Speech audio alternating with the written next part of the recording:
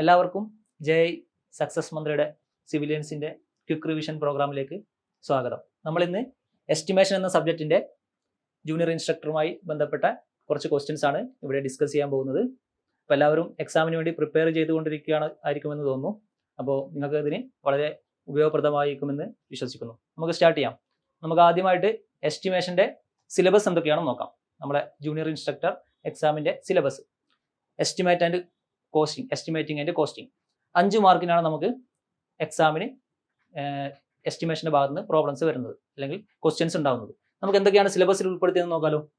ഒന്നാമത് common techniques, പിന്നെന്താ unit of measurement, necessity, importance, approximated detail estimate types, taking of quantities, rate analysis of typical items and their specifications, labour and materials, schedule of rates, estimating of irregular boundaries by trapezoidal and Simpson rule. അപ്പോൾ ഇത്രയാണ് നമുക്ക് നമ്മുടെ സിലബസിലുള്ളത്. പക്ഷേ ഇതിൻ്റെ അകത്ത് പുറമേയുള്ള ചോദ്യങ്ങളും ചിലപ്പോൾ ചോദിച്ചേക്കാം. നമുക്ക് അറിയാം വാല്യുവേഷൻ എന്ന് പറഞ്ഞ പോർഷൻ നമ്മുടെ സിലബസിൽ ഇല്ല.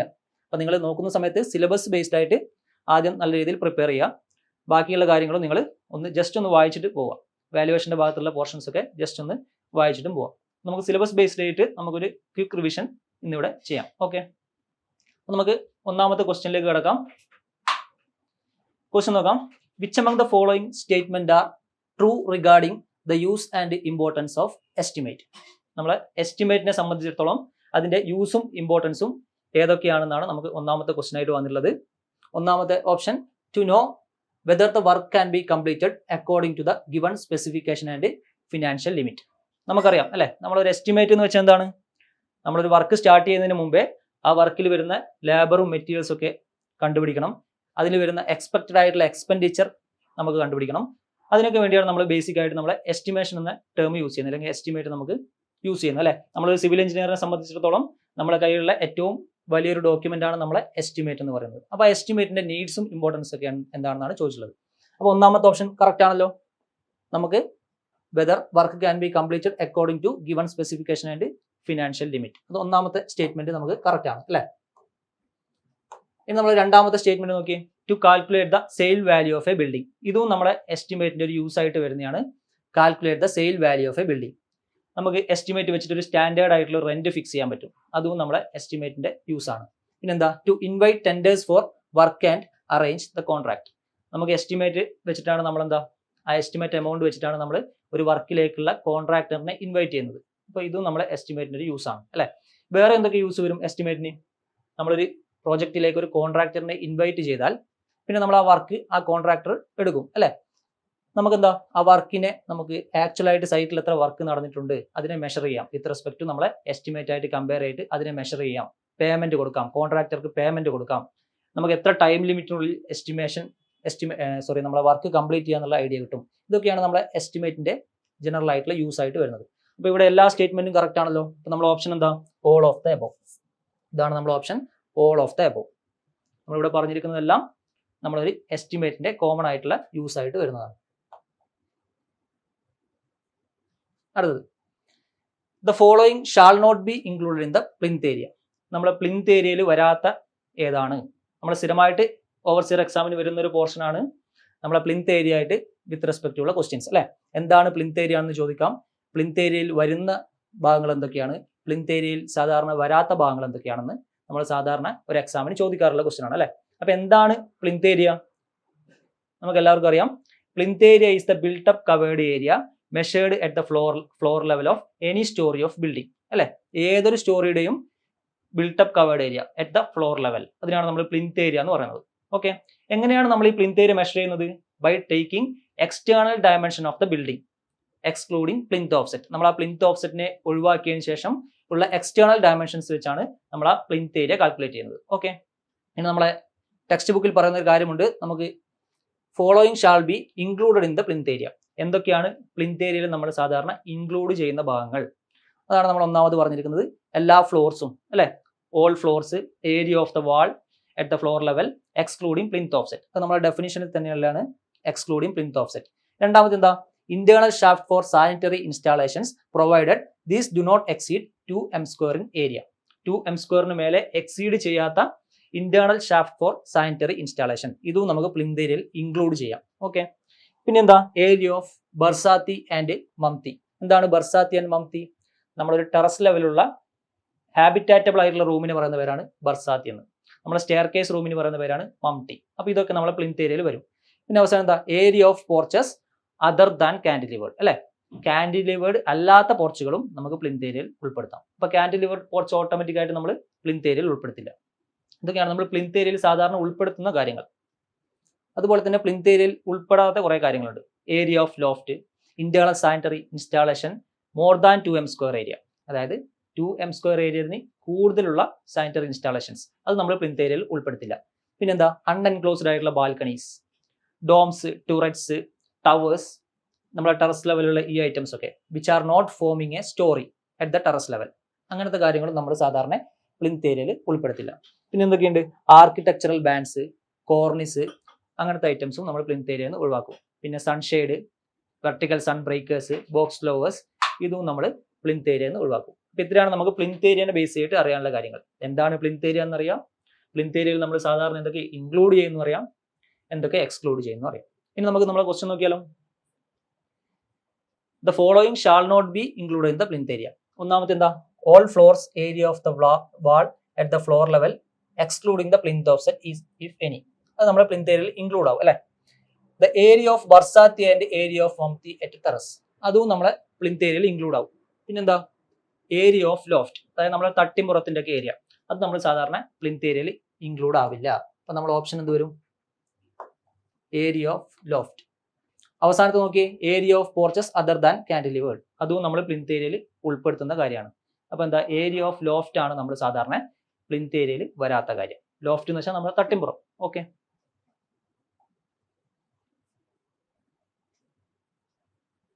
അടുത്തത് the plan of a building is in the form of rectangle with central line dimension of outer wall as 9.7 meter into 14.7 meter.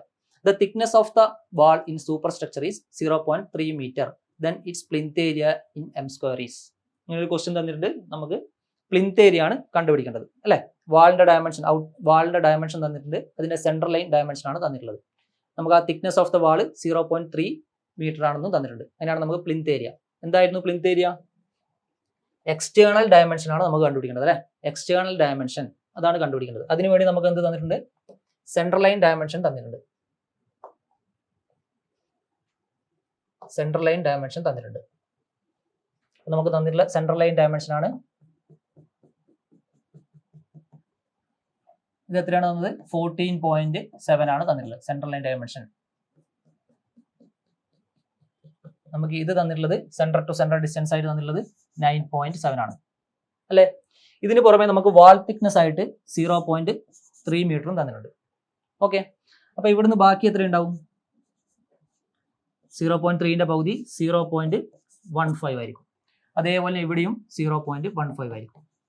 അപ്പൊ നമുക്ക് ടോട്ടൽ ആയിട്ടുള്ള നമ്മളെ എക്സ്റ്റേണൽ ഡയമെൻഷൻ എന്തായിട്ട് കിട്ടും? ഇവിടെ ബ്രെഡ്ത്തിന്റെ കേസിൽ 10 മീറ്റർ ആയിട്ട് മാറും, അല്ലെ? എക്സ്റ്റേണൽ ഡയമെൻഷൻ ബ്രെഡ്ത്തിന്റെ കേസിൽ 10 മീറ്റർ ആയിട്ട് മാറും. സെയിം കാര്യം തന്നെ നമുക്ക് ഈ സൈഡിലും ചെയ്യാം. ഇവിടുത്തെ സെൻട്രൽ ഡിസ്റ്റൻസ് 14.7 ആണ്. ബാക്കി ഇവിടെ ഒരു 0.15 ഉണ്ടാകും. ഈ സൈഡിലും ഒരു 0.15 ഉണ്ടാകും. ടോട്ടൽ 0.3 ആണ്. ഈ ബാക്കിയുള്ളത് 0.15 ആയിരിക്കും. 0.15. അപ്പൊ ഇവിടെ നമുക്ക് ടോട്ടൽ ആയിട്ടുള്ള ഡയമെൻഷൻ, ഔട്ടർ വാളിന്റെ ഡയമെൻഷൻ 14.17 into 0.3 എത്ര വരും? 15 മീറ്റർ വരും.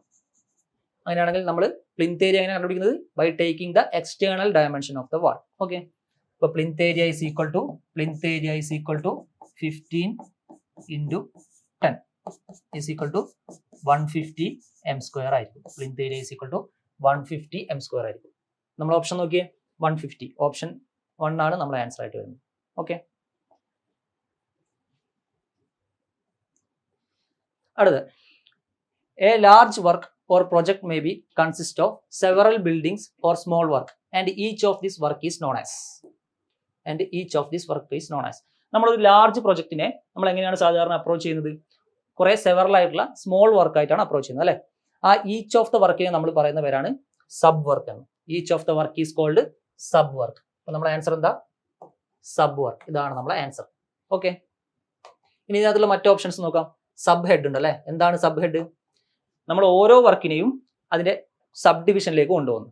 നമ്മൾ ഈച്ച് വർക്ക് അതായത് നമ്മൾ സബ് വർക്കായിട്ട് മാറ്റിയ വർക്കിനെ അതിനെ ഒരു സബ് ഡിവിഷനിലേക്ക് കൊണ്ടുപോകുന്നു. എന്തിനാണ് ഇങ്ങനെ ചെയ്യുന്നത്? For better financial control. Better financial കൺട്രോളിന് വേണ്ടി നമ്മൾ വർക്കിനെ മറ്റൊരു സബ് ഡിവിഷനിലേക്ക് കൊണ്ടുപോകുന്നു. എക്സാമ്പിൾ ആയിട്ട് പറഞ്ഞാൽ നമ്മളിപ്പോൾ ഒരു വർക്കിനെ ബേസ് ചെയ്തിട്ട് പറയുകയാണെങ്കിൽ സബ് ഡിവിഷൻ ആയിട്ട് വരുന്നത് എർത്ത് വർക്ക് ഒരു സബ് ഡിവിഷനാണ് അല്ലേ. എർത്ത് വർക്ക്, ഫൗണ്ടേഷൻ വർക്ക്, അങ്ങനെയുള്ള കാര്യങ്ങളൊക്കെ ഓരോ സബ് ഡിവിഷൻ ആയിട്ട് നമ്മൾ മാറ്റിയിട്ടാണ് ചെയ്യുന്നത്.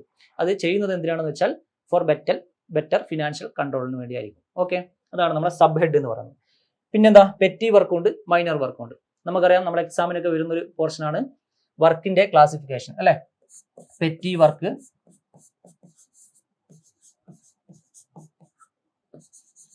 മൈനർ വർക്ക്,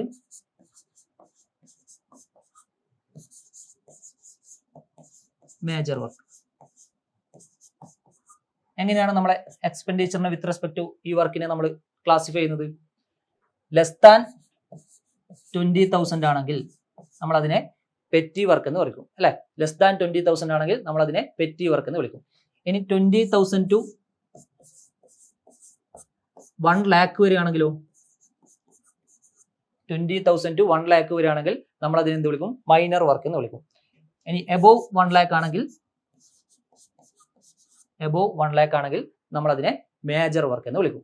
ഓക്കെ, ഇത് തന്നെ നമ്മൾ എക്സാമിന് മറ്റൊരു രീതിയിലും വരാറുണ്ട്. ഈ 20,000 പകരം ചിലപ്പോൾ നമുക്ക് ഓപ്ഷൻ ആയിട്ട്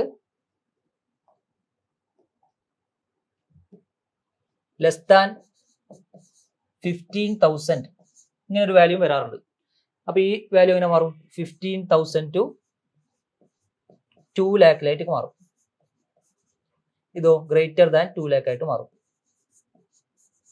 അപ്പൊ ഈ ഒരു രണ്ട് രീതിയിലും നമുക്ക് ഓപ്ഷൻ ആയിട്ട് വരാറുണ്ട്. അപ്പൊ നിങ്ങൾ ശ്രദ്ധിക്കുക.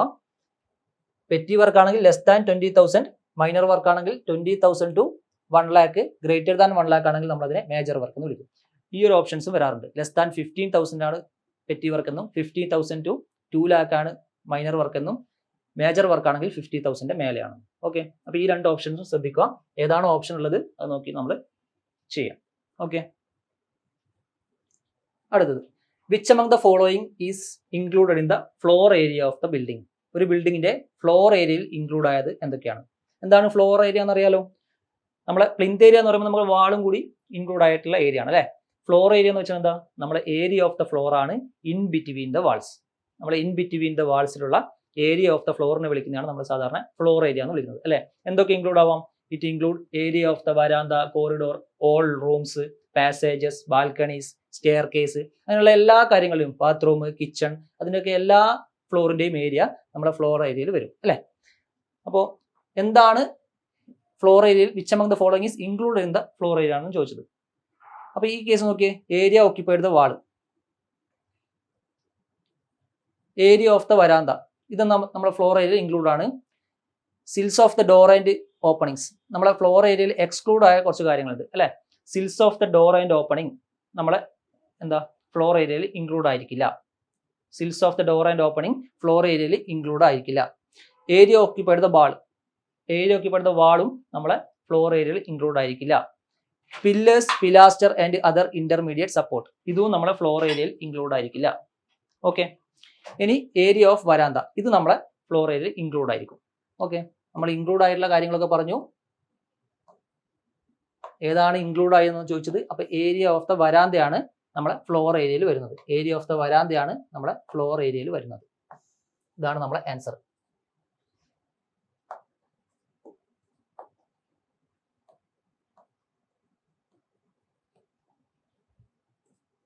ഏരിയ ഓഫ് ദ വരാന്തയാണ് നമ്മളെ ഫ്ലോർ ഏരിയയിൽ വരുന്ന ഭാഗം. ഇതൊക്കെ നമ്മളെ ഫ്ലോർ ഏരിയയിൽ വരാത്ത കാര്യമാണ്. Sills of the door and opening, area occupied the wall, pillar, pilaster, other intermediate support, അതൊക്കെയാണ് നമ്മളെ ഫ്ലോർ ഏരിയയിൽ വരാത്ത കാര്യങ്ങൾ. നമുക്ക് നോക്കാം എന്താണ് നമ്മളെ floor area. Floor area of a building is the total area of the floor in between the walls. എന്തൊക്കെ വരാം? എല്ലാ ഫ്ലോറിന്റെ ഏരിയ, വരാന്ത, പാസേജ്, കോറിഡോർസ്, അതൊക്കെ വരാം അല്ലെ. പിന്നെന്താ ഫ്ലോർ ഏരിയയിൽ ഇൻക്ലൂഡ് ആയിട്ടുള്ളത്? നമ്മൾ ഈ ഡീറ്റെയിൽസ് പ്രകാരം തന്നെ ഇതൊക്കെയാണ് നമ്മുടെ ഫ്ലോർ ഏരിയയിൽ ഇൻക്ലൂഡ് ആയിട്ടുള്ള കാര്യങ്ങൾ. ഇനി എക്സ്ക്ലൂഡ് ആയിട്ടുള്ള കുറച്ച് കാര്യങ്ങളുണ്ട് ഫ്ലോർ ഏരിയയിൽ വരാത്തത്. Sills of the opening and sills of the opening, ഡോർസിന്റെ ആവാം, വിൻഡോന്റെ ആവാം, വെന്റിലേറ്റർ, അങ്ങനത്തെ ഒക്കെ ഓപ്പണിങ്സിന്റെ കേസുകൾ നമ്മളെ ഫ്ലോർ ഏരിയയിൽ വരില്ല. പിന്നെന്താ, ഇൻ ബിറ്റ്വീൻ ദ വാൾസ് ആയതുകൊണ്ട് വാൾസും നമ്മളെ ഫ്ലോർ ഏരിയയിൽ വരില്ല. പിന്നെ ഇന്റർമീഡിയറ്റ് സപ്പോർട്ട്, പില്ലർ, പിലാസ്റ്റർ അങ്ങനത്തെ കാര്യങ്ങളൊന്നും ഫ്ലോർ ഏരിയയിൽ വരില്ല. നമ്മൾ ഇൻ ഷോർട്ടായിട്ട് ഫ്ലോർ ഏരിയനെ എന്ത് വിളിക്കാം? Total plinth area minus area occupied by the walls.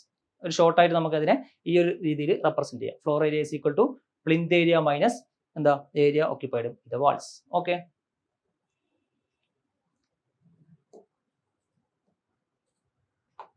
അടുത്തത് for the horizontal movement of the users of the building, horizontal circulation area of the building may be dash percentage of the plinth area. നമ്മുടെ horizontal circulation area എത്രയാണെന്നാണ് ചോദിക്കുന്നത്. Horizontal circulation area നമ്മുടെ plinth ഏരിയയുടെ എത്ര percentage ആണെന്നാണ് ചോദിക്കുന്നത്. നമുക്കറിയാലോ എന്താണ് circulation area എന്ന് വെച്ചാൽ? ഒരു പേഴ്സൺ, ഒരു ബിൽഡിംഗ് യൂസ് ചെയ്യുന്ന ഒരു പേഴ്സൺ അദ്ദേഹത്തിന്റെ മൂവ്മെന്റിന് യൂസ് ചെയ്യുന്ന ഏരിയയാണ് നമ്മൾ ജനറൽ ആയിട്ട് സർക്കുലേഷൻ ഏരിയ എന്ന് വിളിക്കുന്നത്, അല്ലെ? ഈ സർക്കുലേഷൻ ഏരിയ തന്നെ നമ്മൾ രണ്ട് രീതിയിൽ ക്ലാസിഫൈ ചെയ്യുന്നുണ്ട്. ഏതൊക്കെയാണ്? ഒന്ന് ഹൊറിസോണ്ടൽ സർക്കുലേഷൻ ഏരിയ ആണ്,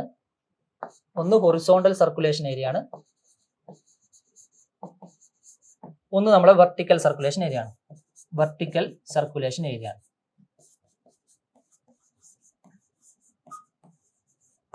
ഹൊറിസോണ്ടൽ സർക്കുലേഷൻ ഏരിയ എന്താ? നമ്മുടെ ഹൊറിസോണ്ടൽ മൂവ്മെന്റ്സിന് വേണ്ടിയിട്ടുള്ള സർക്കുലേഷൻ ഏരിയ ആണത് ഹൊറിസോണ്ടൽ സർക്കുലേഷൻ ഏരിയ. വെർട്ടിക്കൽ മൂവ്മെന്റ്സിന് വേണ്ടിയിട്ടാണ് വെർട്ടിക്കൽ സർക്കുലേഷൻ ഏരിയ, അല്ലെ? ഹൊറിസോണ്ടൽ സർക്കുലേഷൻ ഏരിയയിൽ എന്തൊക്കെ വരും?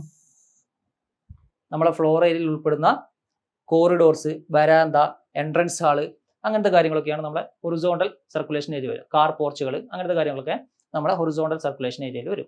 വെർട്ടിക്കൽ ആണെങ്കിൽ എന്താ? നമ്മളെ വെർട്ടിക്കൽ മൂവ്മെന്റ്സിന് ഉപയോഗിക്കുന്ന സ്റ്റെയർ കേസിന്റെ ഏരിയ, അതുപോലെ തന്നെ ലിഫ്റ്റിന്റെ ഏരിയ, അതിന് തൊട്ടടുത്ത് അഡ്ജസന്റ് ആയി നിൽക്കുന്ന എൻട്രൻസിന്റെ ഏരിയ, ഇതൊക്കെയാണ് നമ്മൾ വെർട്ടിക്കൽ സർക്കുലേഷൻ ഏരിയയിൽ വരുന്നത്. ഇനി ഇതിന്റെ പെർസെന്റേജ് നമ്മൾ കൃത്യമായിട്ട് അറിഞ്ഞിരിക്കണം. ഹൊറിസോണ്ടൽ സർക്കുലേഷൻ ഏരിയ ആണെങ്കിൽ നമ്മുടെ പ്ലിന്ത് ഏരിയയുടെ 10 to 15% ആണ് നമുക്ക് വരുന്നത്. ഹൊറിസോണ്ടൽ സർക്കുലേഷൻ ഏരിയ നമ്മുടെ പ്ലിന്ത് ഏരിയയുടെ 10 to 15% ആണ് വരുന്നത്. ഇനി ഇത് തന്നെ നമ്മൾ പ്ലോട്ട് ഏരിയന്റെ ബേസിസിലും ഇതിനെ പറയാറുണ്ട്.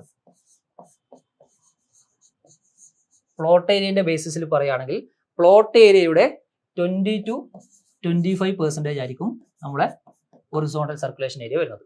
പ്ലോട്ട് ഏരിയനെ ബേസ് ചെയ്ത് പറയുകയാണെങ്കിൽ 20 to 25% ആയിരിക്കും വരുന്നത്.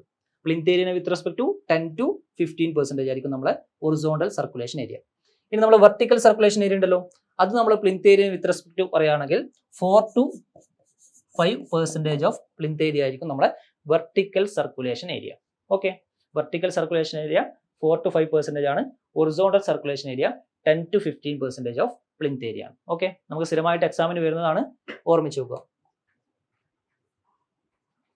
ഇതാണ് നമ്മുടെ സർക്കുലേഷൻ ഏരിയ. രണ്ട് രീതിയിൽ ക്ലാസിഫൈ ചെയ്തിട്ടുണ്ട്, ഹൊറിസോണ്ടൽ സർക്കുലേഷൻ ഏരിയയും വെർട്ടിക്കൽ സർക്കുലേഷൻ ഏരിയയും. ഓക്കെ,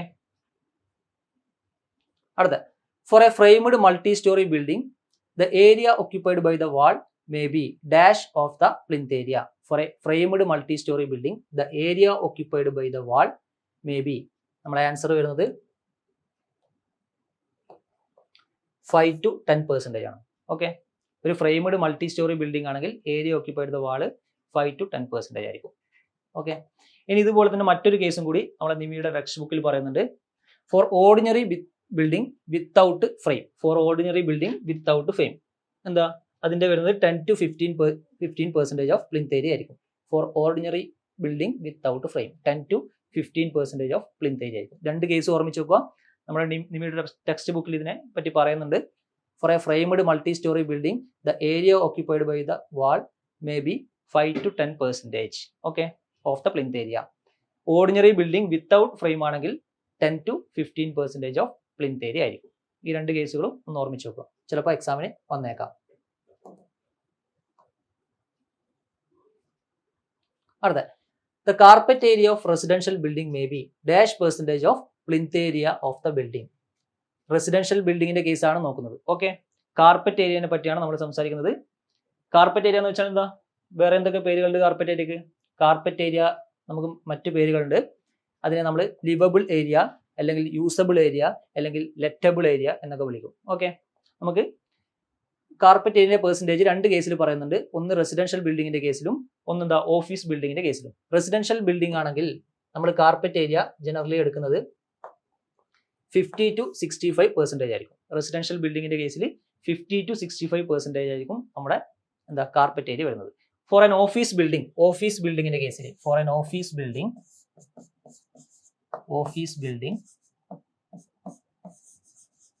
നമ്മുടെ കാർപ്പറ്റ് ഏരിയ വരുന്നത് എത്രയാണ്? 60 to 75% ആണ് വരുന്നത്. രണ്ട് വാല്യൂസും ഓർമ്മിച്ച് വെക്കുക. റെസിഡൻഷ്യൽ ബിൽഡിങ്ങിന്റെ കേസ് ആണെങ്കിൽ 50 to 65% ആയിരിക്കും നമ്മുടെ കാർപ്പറ്റ് ഏരിയ. ഓഫീസ് ബിൽഡിങ്ങിന്റെ കേസിലാണെങ്കിൽ 60 to 75% ആയിരിക്കും നമ്മുടെ കാർപ്പറ്റ് ഏരിയ ആയിട്ട് വരുന്നത്. ഓക്കെ, മറ്റു പേരുകൾ ഓർമ്മിച്ച് പോവുക. Carpet area, usable area, liveable area അല്ലെങ്കിൽ ലെറ്റബിൾ ഏരിയ. ഇതൊക്കെയാണ് ഇതിന്റെ ഡിഫറെന്റ് നെയിംസ്. യൂസ്ഫുൾ ഏരിയ അല്ലെങ്കിൽ യൂസബിൾ ഏരിയ എന്ന് വിളിക്കാം. It is a total floor area minus the circulation area, verandah, corridor, passage, staircase, lift, entrance hall etcetera and minus other non usable areas like sanitary accommodation. Sanitary അക്കോമഡേഷന്റെ other non usable ആയിട്ടുള്ള ഏരിയയും ഇതിനകത്ത് minus ചെയ്യാം. രണ്ട് case ഓർമ്മിച്ച് നോക്കുക. Office building 60 to 75, residential building 50 to 65 ആണ് value വരുന്നത് കാർപ്പറ്റ് ഏരിയ.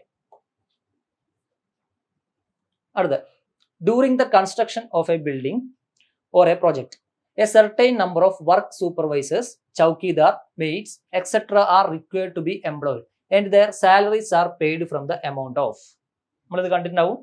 ഒരു ഡെഫിനിഷൻ ആണ്, നമ്മുടെ ടേംസ് ഇൻ എസ്റ്റിമേഷനിൽ വരുന്ന ഒരു ഡെഫിനിഷൻ ആണ്. വർക്ക് ചാർജ് എസ്റ്റാബ്ലിഷ്മെന്റ് ആണ് ഇതിന്റെ ആൻസർ അല്ലേ. നമ്മളൊരു വലിയ പ്രൊജക്ട് ചെയ്യുമ്പോൾ നമുക്ക് എന്തൊക്കെ ആവശ്യമായിട്ട് വരും?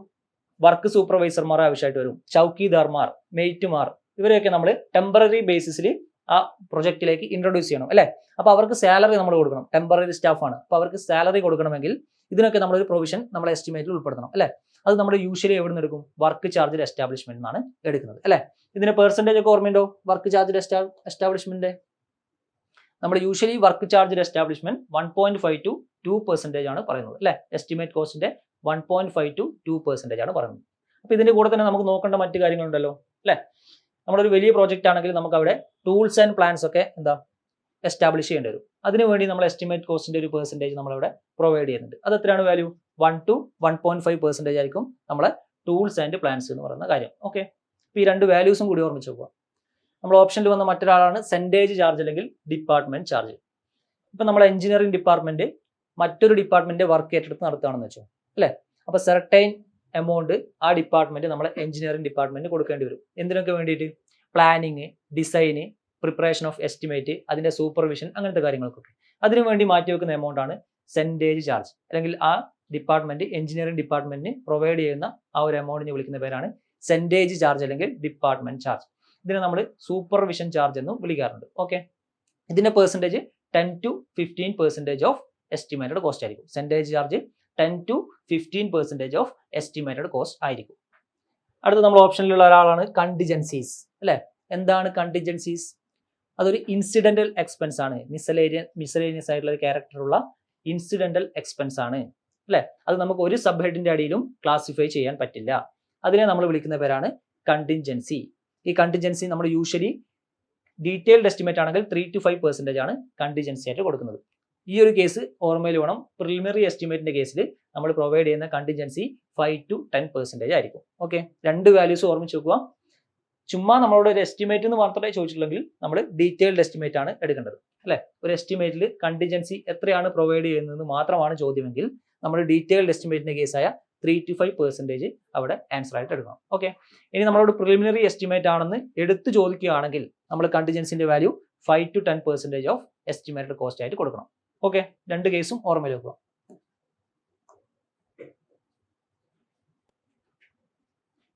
നമുക്ക് അടുത്തത് 10th ക്വസ്റ്റ്യനിലേക്കാണ് പോകാനുള്ളത്.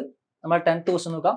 The sanction of the detailed estimate, design and calculation of quantities of work, rates and cost of the work by the competent authority of the engineering department അല്ലെ. നമ്മൾ ഇതിനെ ഏത് സാങ്ഷൻ എന്നാ വിളിക്കുകയാണ്? നമ്മുടെ ടെക്നിക്കൽ സാങ്ഷൻ ആണ് answer അല്ലെ. നമ്മുടെ ഡീറ്റെയിൽഡ് എസ്റ്റിമേറ്റിനെയും ഡീറ്റെയിൽഡ് ഡിസൈൻ, ഡീറ്റെയിൽഡ് പ്ലാനിനൊക്കെ നമ്മുടെ competent authority of engineering department sanction തരികയാണെങ്കിൽ അതിനെ നമ്മൾ എന്ത് വിളിക്കും? ടെക്നിക്കൽ സാങ്ഷൻ എന്ന് വിളിക്കും. ഓക്കെ, നമുക്ക് പ്രധാനമായിട്ടും എത്ര ടൈപ്സ് സാങ്ഷൻ ആണുള്ളത്? നമ്മുടെ സിലബസിൽ എടുത്തു പറഞ്ഞ കാര്യമാണ് ടൈപ്സ് ഓഫ് സാങ്ഷനും ടൈപ്പ് ഓഫ് എസ്റ്റിമേറ്റ് ഒക്കെ അല്ലെ. അപ്പൊ നമുക്ക് പ്രധാനപ്പെട്ട 3 സാങ്ഷനുകളുണ്ട്. അതിനകത്ത് ഒന്നാമത്തെയാണ് നമ്മുടെ അഡ്മിനിസ്ട്രേറ്റീവ് സാങ്ഷൻ. എന്താണ് അഡ്മിനിസ്ട്രേറ്റീവ് സാങ്ഷൻ കൊണ്ട് ഉദ്ദേശിക്കുന്നത്? It is the formal acceptance of department concern. ഇപ്പോൾ എക്സാമ്പിൾ ആയിട്ട് പറയുകയാണെങ്കിൽ നമ്മളെ എഞ്ചിനീയറിംഗ് ഡിപ്പാർട്ട്മെന്റ് ഇപ്പോൾ ഒരു ഹെൽത്ത് ഡിപ്പാർട്ട്മെന്റ് വർക്കാണ് ഏറ്റെടുത്ത് നടത്താൻ പോകുന്നത് വെച്ചോ, അല്ലേ? അപ്പോൾ ആ ഹെൽത്ത് ഡിപ്പാർട്ട്മെന്റ് ആദ്യമായിട്ടൊരു ഫോർമൽ ആക്സെപ്റ്റൻസ് തരണം. ആ വർക്കിന് വേണ്ടിയിട്ടുള്ള ഒരു ഫോർമൽ ആയിട്ടുള്ള ആക്സെപ്റ്റൻസ് തരണം. അതിന് വേണ്ടിയിട്ടുള്ള സാങ്ഷൻ ആണ് എന്ത്? നമ്മുടെ അഡ്മിനിസ്ട്രേറ്റീവ് സാങ്ഷൻ എന്ന് പറയുന്നത്. ഈ അഡ്മിനിസ്ട്രേറ്റീവ് സാങ്ഷൻ കിട്ടാൻ വേണ്ടി നമുക്ക് പ്രിലിമിനറി ആയിട്ടുള്ള എസ്റ്റിമേറ്റും പ്രിലിമിനറി ആയിട്ടുള്ള പ്ലാൻസുകളും മതി. ഓക്കെ, അതിനുശേഷം നമുക്ക് ആ വർക്കിന് വേണ്ടി ഫണ്ട് അലോട്ട് ചെയ്യേണ്ടി വരും, അല്ലെ? ആ ഫണ്ട് അലോട്ട് ചെയ്യുന്ന പ്രോസസ്സിനെ വിളിക്കുന്ന പേരാണ് ഫിനാൻഷ്യൽ സാങ്ഷൻ, അല്ലെങ്കിൽ അതിന്റെ മറ്റൊരു പേരാണ് എക്സ്പെൻഡിച്ചർ സാങ്ഷൻ. ഫിനാൻഷ്യൽ സാങ്ഷൻ അല്ലെങ്കിൽ എക്സ്പെൻഡിച്ചർ സാങ്ഷൻ. ഇത് നമുക്ക് യൂഷ്വലി തരുന്നത് ഫിനാൻസ് ഡിപ്പാർട്ട്മെന്റ് ആണ്. 2 സാങ്ഷനായി, അഡ്മിനിസ്ട്രേറ്റീവ് സാങ്ഷനും എക്സ്പെൻഡിച്ചർ സാങ്ഷനും. അടുത്തതാണ് നമ്മുടെ ടെക്നിക്കൽ സാങ്ഷൻ. അതാണ് നമ്മുടെ ക്വസ്റ്റ്യനിൽ വന്നിട്ടുള്ളത്. ഇത് തരുന്നത് നമ്മുടെ കോമ്പീറ്റന്റ് എഞ്ചിനീയറിംഗ് അതോറിറ്റി തന്നെയായിരിക്കും, അല്ലെ? അവിടെ എന്തൊക്കെയാണ് നമുക്ക് അക്സെപ്റ്റ് ആവുന്നത്? ഡീറ്റെയിൽഡ് ആയിട്ടുള്ള എസ്റ്റിമേറ്റ്, ഡീറ്റെയിൽഡ് ആയിട്ടുള്ള പ്ലാനുകൾ, ഡിസൈനുകൾ, അങ്ങനത്തൊക്കെയാണ് നമുക്ക് ഈ ടെക്നിക്കൽ സാങ്ഷൻ വഴി കിട്ടുന്നത്. ഒരു ടെക്നിക്കൽ സാങ്ഷൻ കിട്ടിയാൽ നമുക്ക് പിന്നെ വർക്കായിട്ട് മുമ്പോട്ട് പോകാം. ഓക്കെ, അപ്പോൾ നമ്മുടെ ആൻസർ ടെക്നിക്കൽ സാങ്ഷൻ ആണ്. അടുത്ത 11ാമത്തെ, the statement of various item of work giving the description of quantities and unit of rate supplied to the contractor to fill up the rate and amounts columns which are left blank അല്ലെങ്കിൽ unfilled, അല്ലെ? നമ്മുടെ statement of various item of work, various ഐറ്റത്തിന്റെ ഒരു statement ആണ് ആർക്ക് കൊടുക്കുന്നത്? നമ്മളെ കോൺട്രാക്ടർക്ക് കൊടുക്കുന്നത്. എന്നിട്ട് കോൺട്രാക്ടർ എന്ത് ചെയ്യും? അതിനകത്ത് ആ ഓരോ ക്വാണ്ടിറ്റിയുടെയും റേറ്റും എമൗണ്ട് എത്രയാണെന്ന് ഫില്ല് ചെയ്തിട്ട് തരും. ഇതിനെ നമ്മൾ എന്ത് വിളിക്കും? ബില്ല് ഓഫ് ക്വാണ്ടിറ്റി എന്ന് വിളിക്കും, അല്ലെ? ബില്ല് ഓഫ് ക്വാണ്ടിറ്റി അല്ലെങ്കിൽ BOQ എന്ന് വിളിക്കും. നമ്മളെ കോമ്പീറ്റന്റ് അതോറിറ്റി എന്ത് ചെയ്യും? നമ്മളെ ഐറ്റം എന്താണ്, അതിന്റെ ഡിസ്ക്രിപ്ഷൻ എന്താണ്, അത് എത്ര ക്വാണ്ടിറ്റിയിൽ വേണം, അതിന്റെ യൂണിറ്റ് എന്താണെന്ന് ഒരു സ്റ്റേറ്റ്മെന്റിൽ എഴുതി കൊടുക്കും. അത് നമ്മൾ കോൺട്രാക്ടർക്ക് പ്രൊവൈഡ് ചെയ്യും. കോൺട്രാക്ടർ ബാക്കിയുള്ള ഈ ഓരോ ഐറ്റത്തിനും എത്ര റേറ്റ് വരും, ആ റേറ്റ് വെച്ച് ടോട്ടൽ എമൗണ്ട് എത്രയാവുമെന്ന് ഫില്ല് ചെയ്തിട്ട് നമ്മളെ ടെൻഡർ ഒക്കെ ആക്സെപ്റ്റ് ചെയ്യുന്ന സമയത്താണ് നമ്മൾ ഈ ബില്ല് ഓഫ് ക്വാണ്ടിറ്റിന്റെ ഒക്കെ ആവശ്യമായിട്ട് വരുന്നത്, അല്ലെ? ഇത് യൂഷ്വലി നമ്മൾ ടെൻഡർ ഒക്കെ വിത്ത് റെസ്പെക്ട് പറയുന്ന സമയത്താണ് നമുക്ക് ഈ ബില്ല് ഓഫ് ക്വാണ്ടിറ്റി എന്ന് പറയുന്ന ടേം വരുന്നത്. ഓക്കെ, അല്ലെങ്കിൽ സ്റ്റേറ്റ്മെന്റ് വരുന്നത് ബില്ല് ഓഫ് ക്വാണ്ടിറ്റി. ഇതാണ് നമ്മുടെ ബില്ല് ഓഫ് ക്വാണ്ടിറ്റി. ഇനി രണ്ടാമത്തെ നമ്മുടെ ഓപ്ഷൻ ആണ് ഇതിനകത്ത് ഷെഡ്യൂൾ ഓഫ് റേറ്റ് എന്ന് പറയുന്ന ഓപ്ഷൻ ഉണ്ട്, അല്ലെ? ഷെഡ്യൂൾ ഓഫ് റേറ്റ് എന്താ? നമുക്ക് ഷെഡ്യൂൾ ഓഫ് റേറ്റ് എന്ന് പറയുന്നത് നമ്മളെ വേരിയസ് ആയിട്ടുള്ള മെറ്റീരിയൽസിന്റെയും പിന്നെന്താ ലേബേഴ്സിന്റെ ഒക്കെ റേറ്റ് ആണ്. അതൊരു പ്രിന്റഡ് ബുക്കിൽ എഞ്ചിനീയറിംഗ് ഡിപ്പാർട്ട്മെന്റ് പ്രിന്റ് ചെയ്ത് വെച്ചിട്ടുണ്ടാവും, അല്ലെ? ഷെഡ്യൂൾ ഓഫ് റേറ്റ് എന്ന് പറയുന്ന ബുക്സിലേക്ക് അത് പ്രിന്റ് ചെയ്ത് വെച്ചിട്ടുണ്ടാവും. എല്ലാ ഐറ്റത്തിന്റെയും റേറ്റും കാര്യങ്ങളൊക്കെ അതിനകത്ത് ഉണ്ടാവും. ഓക്കെ, ഇനി നമുക്ക് വരുന്നതാണ് വർക്ക് ഓർഡർ. എന്താണ് വർക്ക് ഓർഡർ? നമ്മളിപ്പോൾ ഒരു കോൺട്രാക്ടറിന് വർക്ക് എടുക്കണം, അല്ലെ? അപ്പോൾ ആ സൈറ്റിന്റെ പൊസഷൻ കിട്ടാൻ വേണ്ടി നമ്മൾ കോമ്പീറ്റന്റ് അതോറിറ്റി കോൺട്രാക്ടർക്ക് ഒരു ഓർഡർ കൊടുക്കുകയാണ്. അതിനാണ് നമ്മൾ വർക്ക് ഓർഡർ എന്ന് വിളിക്കുക. കോമ്പീറ്റന്റ് അതോറിറ്റി കോൺട്രാക്ടർക്ക് വേണ്ടി വർക്ക്, ആ സൈറ്റിന്റെ പൊസഷൻ ഏറ്റെടുക്കാൻ വേണ്ടി നൽകുന്ന ഒരു ഓർഡറിനെ വിളിക്കുന്ന പേരാണ് വർക്ക് ഓർഡർ എന്ന് വിളിക്കുന്നത്. Cover Noto? കവർ നോട്ട് എന്ന് വെച്ചാൽ ഒരു ടെമ്പററി ഇൻഷുറൻസ് ഡോക്യുമെന്റ് ആണ്, അല്ലെ?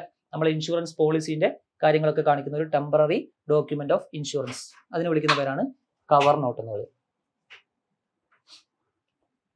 ഓക്കെ, അടുത്തത് the most reliable estimate is. നമുക്കറിയാം ഏതൊക്കെ ടൈപ്പ് എസ്റ്റിമേറ്റ് ഉണ്ട്? ഡീറ്റെയിൽഡ് എസ്റ്റിമേറ്റ് ഉണ്ട്, പ്രിലിമിനറി എസ്റ്റിമേറ്റ് ഉണ്ട്, അല്ലെ? നമ്മൾ നേരത്തെ കണ്ടു. ടെക്നിക്കൽ സാങ്ഷൻ ആണെങ്കിൽ നമ്മൾ ഡീറ്റെയിൽഡ് എസ്റ്റിമേറ്റ് ആണ് കൊടുക്കുക, അല്ലെ? അഡ്മിനിസ്ട്രേറ്റീവ് സാങ്ഷൻ ആണെങ്കിലോ നമുക്ക് പ്രിലിമിനറി ആയിട്ടുള്ള എസ്റ്റിമേറ്റ് വഴി. അങ്ങനെ നമുക്ക് ഡിഫറെന്റ് ടൈപ്പ് ഓഫ് എസ്റ്റിമേറ്റ്സ് ഉള്ളത്. പ്രിലിമിനറി എസ്റ്റിമേറ്റ് ആണ് ആദ്യം. ഇതിനെ നമുക്ക് മറ്റു പേരുകളിലും അറിയപ്പെടും, അല്ലെ? പ്രിലിമിനറി എസ്റ്റിമേറ്റിന്റെ മറ്റു പേരുകളാണ് അബ്സ്ട്രാക്ട് എസ്റ്റിമേറ്റ്, പ്രിലിമിനറി എസ്റ്റിമേറ്റ്, അല്ലെങ്കിൽ അപ്രോക്സിമേറ്റ് എസ്റ്റിമേറ്റ്, അല്ലെങ്കിൽ റഫ് കോസ്റ്റ് എസ്റ്റിമേറ്റ്. ഈ പേരുകളൊക്കെ ഓർമ്മിച്ച് നോക്കുക. ഇതൊക്കെ ഇതിന്റെ മറ്റു പേരുകളാണ്. ഏത് പേരിൽ വേണമെങ്കിലും ചോദിക്കാം, അല്ലെ?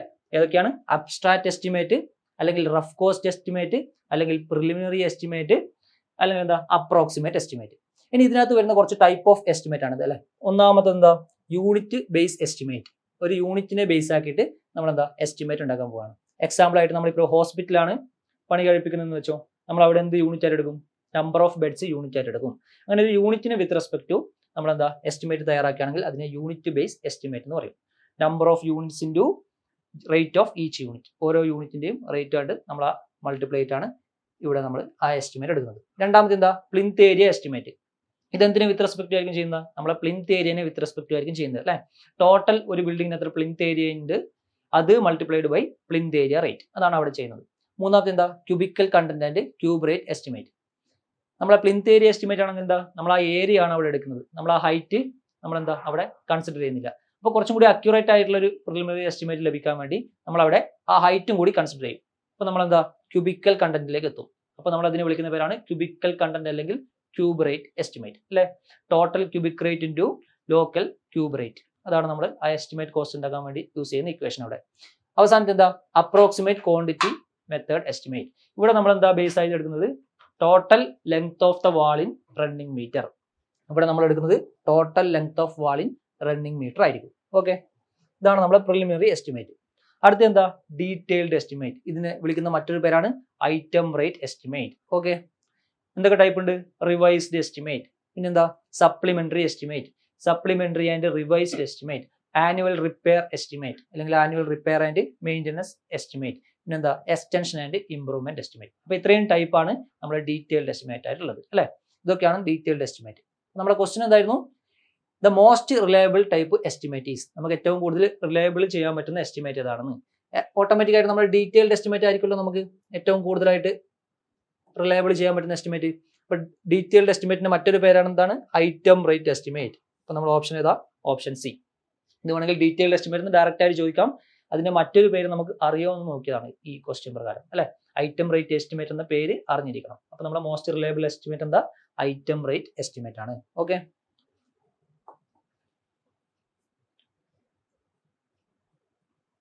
അടുത്തത് നമ്മൾ നേരത്തെ പറഞ്ഞ അപ്രോക്സിമേറ്റ് എസ്റ്റിമേറ്റും ഡീറ്റെയിൽഡ് എസ്റ്റിമേറ്റിന്റെ കേസ് അല്ലെ, അത് ബേസ് ചെയ്തിട്ടുള്ള ഒരു പ്രോബ്ലം ആണ് നമ്മൾ അടുത്ത് ചെയ്യാൻ പോകുന്നത്. The approximate cost of a building having plinth area 250 m² and plinth area rate RS 2500 per m². നമ്മൾ ഏത് എസ്റ്റിമേറ്റ് പ്രകാരമാണ് ചെയ്യുന്നത്? പ്ലിന്ത് ഏരിയ എസ്റ്റിമേറ്റ് അല്ലെ. പ്ലിന്ത് ഏരിയ എസ്റ്റിമേറ്റ് പ്രകാരം നമ്മളൊരു കോസ്റ്റ് കണ്ടുപിടിക്കുന്നത് എങ്ങനെയാണ്? Cost is equal to estimate cost is equal to നമ്മുടെ total plinth area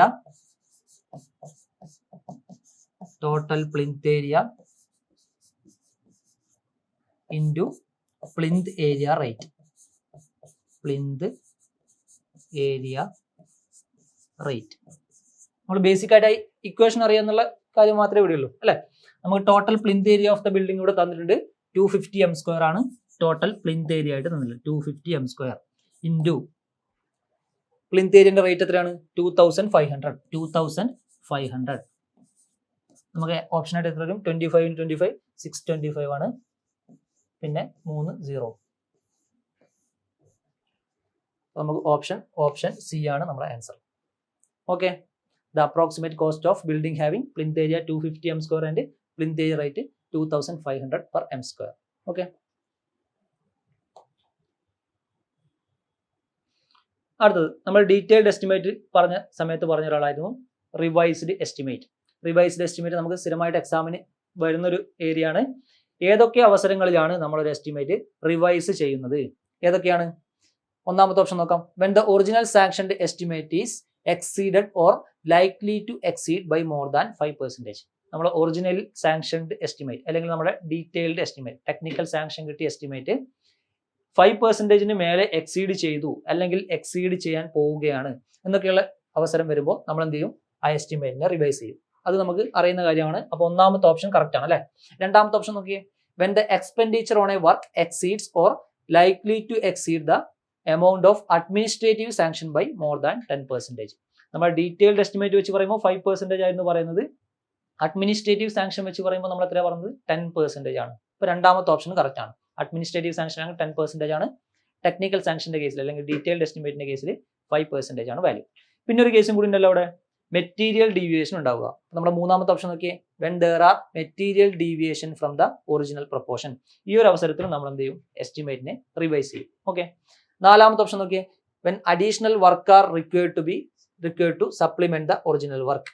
additional work are required to supplement the original work. അതാണ് നമ്മൾ നാലാമത്തെ ഓപ്ഷൻ പറഞ്ഞത്. ഈ അവസരത്തിൽ നമ്മൾ ഉണ്ടാക്കുന്ന എസ്റ്റിമേറ്റിന്റെ പേരെന്താ? സപ്ലിമെന്ററി എസ്റ്റിമേറ്റ് ആയിരുന്നു അല്ലെ.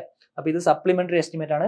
1, 2, 3 ആണ് നമ്മുടെ റിവൈസ്ഡ് എസ്റ്റിമേറ്റിന്റെ കേസ്. നമുക്ക് സ്ഥിരമായിട്ട് ചോദിക്കുന്നതാണ്. ഡയറക്റ്റ് ആയിട്ടും ഈ പെർസെന്റേജ് വെച്ച് നമുക്ക് എക്സാമിന് ക്വസ്റ്റ്യൻ ചോദിക്കാം. ഇപ്പൊ ഇവിടെ ഓപ്ഷൻ എന്ത് വരും?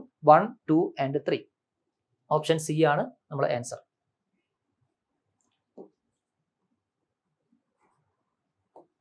വൺ, 2 and 3 ആണ് നമ്മുടെ ഓപ്ഷൻ ആയിട്ട് വരുന്നത്. റിവൈസ്ഡ് എസ്റ്റിമേറ്റിന്റെ 3 കേസുകൾ എന്തൊക്കെയാണ്? 1, 2 and 3. ഈ ഇമ്പോർട്ടന്റ് ആണ്, ഓർമ്മിച്ച് വെക്കുക. ടെക്നിക്കൽ സാങ്ഷൻ 5%, അഡ്മിനിസ്ട്രേറ്റീവ് സാങ്ഷന്റെ 10% മെറ്റീരിയൽ ഡീവിയേഷൻ. ഈ 3 കേസുകളും എപ്പോഴും ഓർമ്മയുണ്ടായിരിക്കണം. ഇത് നമ്മൾ പറയുന്നത് സപ്ലിമെന്ററി എസ്റ്റിമേറ്റിന്റെ കേസാണ്. അടുത്ത, according to Indian standard the method of measurements shall be in the order of. According to the Indian standard, the method of measurement of shall be in the order of. എങ്ങനെയാണ് നമ്മൾ ഓരോ മെഷർമെന്റും എടുക്കുന്നത്, എന്ത് ഓർഡറിലാണ് എടുക്കുന്നതാണ് ചോദിച്ചത്. ഓക്കെ, അപ്പൊ നമ്മൾ ഒന്നാമത് എന്തായിരുന്നു എടുക്കുന്നത്, ലെങ്ത് ആയിരുന്നു അല്ലെ. രണ്ടാമത് എന്തെടുക്കും, ബ്രെഡ്ത്ത് എടുക്കും. മൂന്നാമതാണ് ഹൈറ്റ് അല്ലെങ്കിൽ ഡെപ്ത് എടുക്കുന്നത്. അപ്പൊ നമ്മൾ ഓപ്ഷൻ ഏതാ, ഓപ്ഷൻ ബി. ഓപ്ഷൻ ബി ആണ് ആൻസർ ആയിട്ട് വരുന്നത്. ഓപ്ഷൻ ബി ആണ് നമ്മളെ ആൻസർ ആയിട്ട് വരുന്നത്. ഇതാണ് നമ്മുടെ ഓർഡർ, ലെങ്ത്, ബ്രെഡ്ത്ത്, ഹൈറ്റ് അല്ലെ.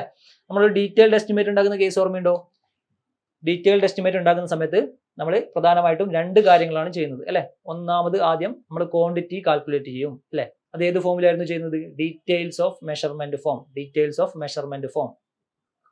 രണ്ടാമത് നമ്മൾ ആ കോസ്റ്റ് കണ്ടുപിടിക്കും അല്ലെ.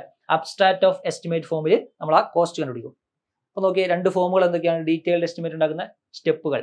ഒന്നാമത് ഡീറ്റെയിൽസ് ഓഫ് മെഷർമെന്റ് ഫോമിൽ നമ്മൾ എന്ത് കണ്ടുപിടിക്കും, മെഷർമെന്റ് ക്വാണ്ടിറ്റി കണ്ടുപിടിക്കും. Length, breadth, height. ഇവിടെയും ആ ഓർഡർ തന്നെയാണ് എടുത്തിട്ടുള്ളത്. ആദ്യം ലെങ്ത് കണ്ടുപിടിക്കുക, ബ്രെഡ്ത്ത് കണ്ടുപിടിക്കുക, ഹൈറ്റ് കണ്ടുപിടിക്കുക. എന്നിട്ട് നമ്മൾ ആ ക്വാണ്ടിറ്റി കണ്ടുപിടിക്കും.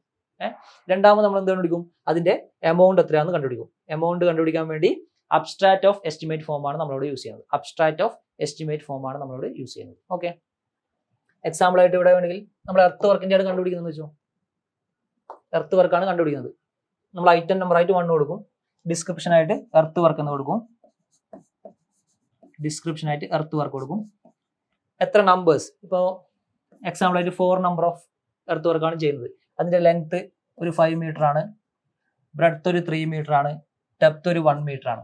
അപ്പൊ നമുക്ക് ടോട്ടൽ ക്വാണ്ടിറ്റി എത്ര കിട്ടും, 15 മീറ്റർ ക്യൂബ് ക്വാണ്ടിറ്റി ആയിട്ട് കിട്ടും അല്ലെ. ഇനി നമ്മൾ രണ്ടാമത് അബ്സ്ട്രാക്ട് ഓഫ് എസ്റ്റിമേറ്റ് ഫോമിൽ item number 1 description earth work quantity 15 m cube. അതിന്റെ യൂണിറ്റ് എന്താ, ക്വാണ്ടിറ്റി 15. ആ ക്വാണ്ടിറ്റിയുടെ യൂണിറ്റ് നമ്മൾ പ്രൊവൈഡ് ചെയ്തിരിക്കുന്നത് m ക്യൂബ് ആണ്. ഇതിന്റെ റേറ്റ് എത്രയാണുള്ളത്, ആ റേറ്റ് കൊടുക്കുക. അപ്പൊ 30 ആണ് റേറ്റ് എങ്കിൽ 30 per m ക്യൂബ്. ഒരു m ക്യൂബിന് 30 rupees ആണ്. നമ്മൾ 15ഉം 30ഉം മൾട്ടിപ്ലൈ ചെയ്ത് ആ എമൗണ്ടും കൂടി അവിടെ എഴുതും. ഇങ്ങനെയാണ് നമ്മൾ ഡീറ്റെയിൽഡ് എസ്റ്റിമേറ്റ് ഉണ്ടാക്കുന്ന 2 സ്റ്റെപ്പുകൾ. എന്താ, ഡീറ്റെയിൽസ് ഓഫ് മെഷർമെന്റ് ഫോമും abstract of estimate form. Okay, അടുത്തത്, according to the rules and method of measurements of work all dimensions shall be measured nearest to. Dimension നമ്മൾ എത്ര ക്ലോസ് ആയിട്ടാണ് മെഷർ ചെയ്യുന്നതെന്നാണ് ചോദ്യം അല്ലെ. നമ്മൾ 5 കേസുകൾ ഓർമ്മിക്കാനുണ്ട് ഈ ഭാഗത്ത് അല്ലെ. എന്തൊക്കെയാണ്, dimension shall be measured to nearest of 0.01 metre. Dimension നമ്മൾ എത്ര ക്ലോസസ്റ്റ് ആയിട്ട് മെഷർ ചെയ്യണം, 0.01 മീറ്റർ ആയിട്ട് ക്ലോസസ്റ്റ് ആയിട്ട് മെഷർ ചെയ്യണം. അല്ലെങ്കിൽ 1 സെന്റിമീറ്റർ ക്ലോസ് ആയിട്ട് മെഷർ ചെയ്യണം അല്ലെ. രണ്ടാമത് എന്താ, area shawl be measured. Area measure ചെയ്യേണ്ടത് 0.01 m² ആണ്.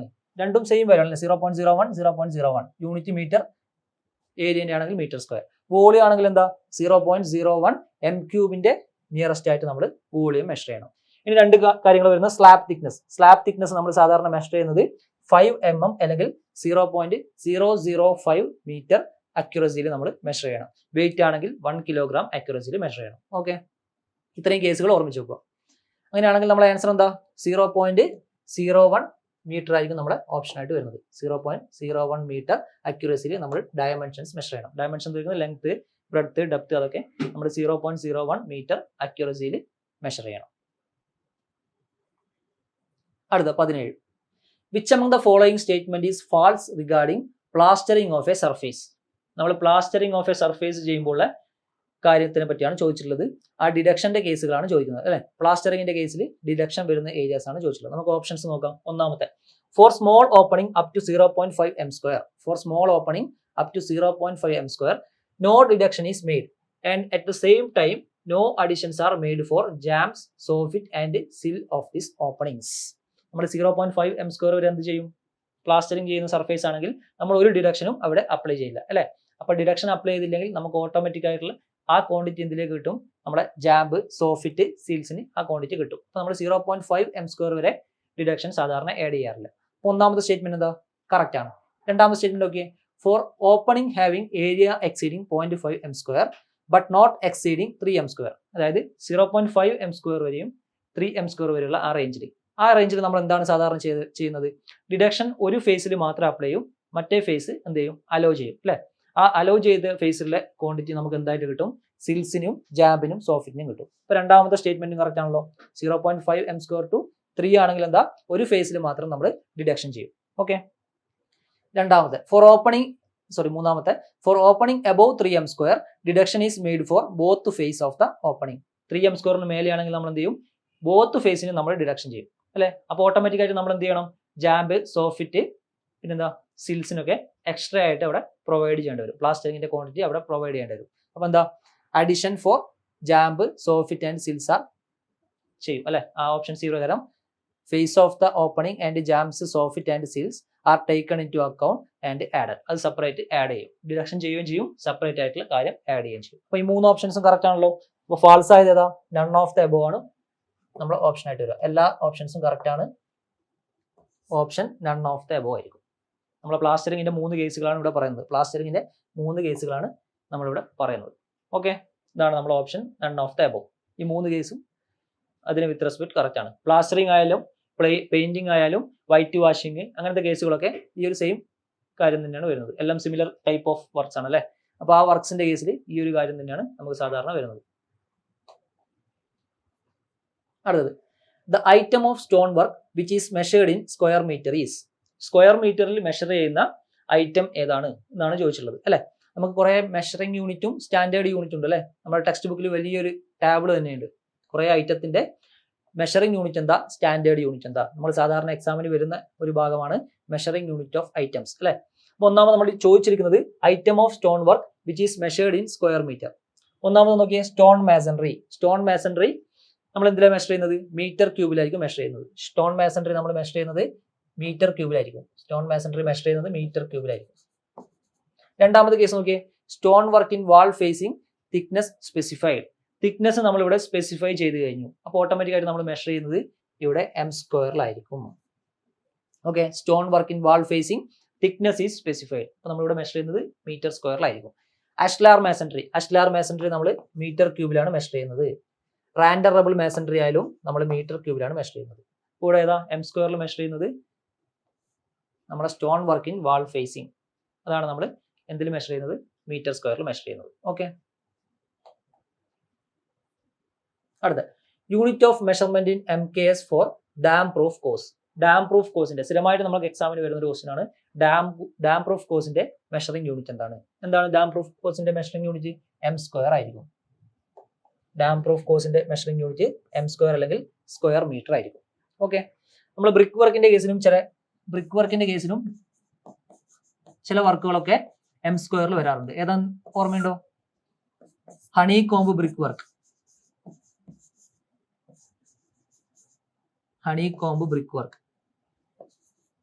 half brick work in partition, brickwork in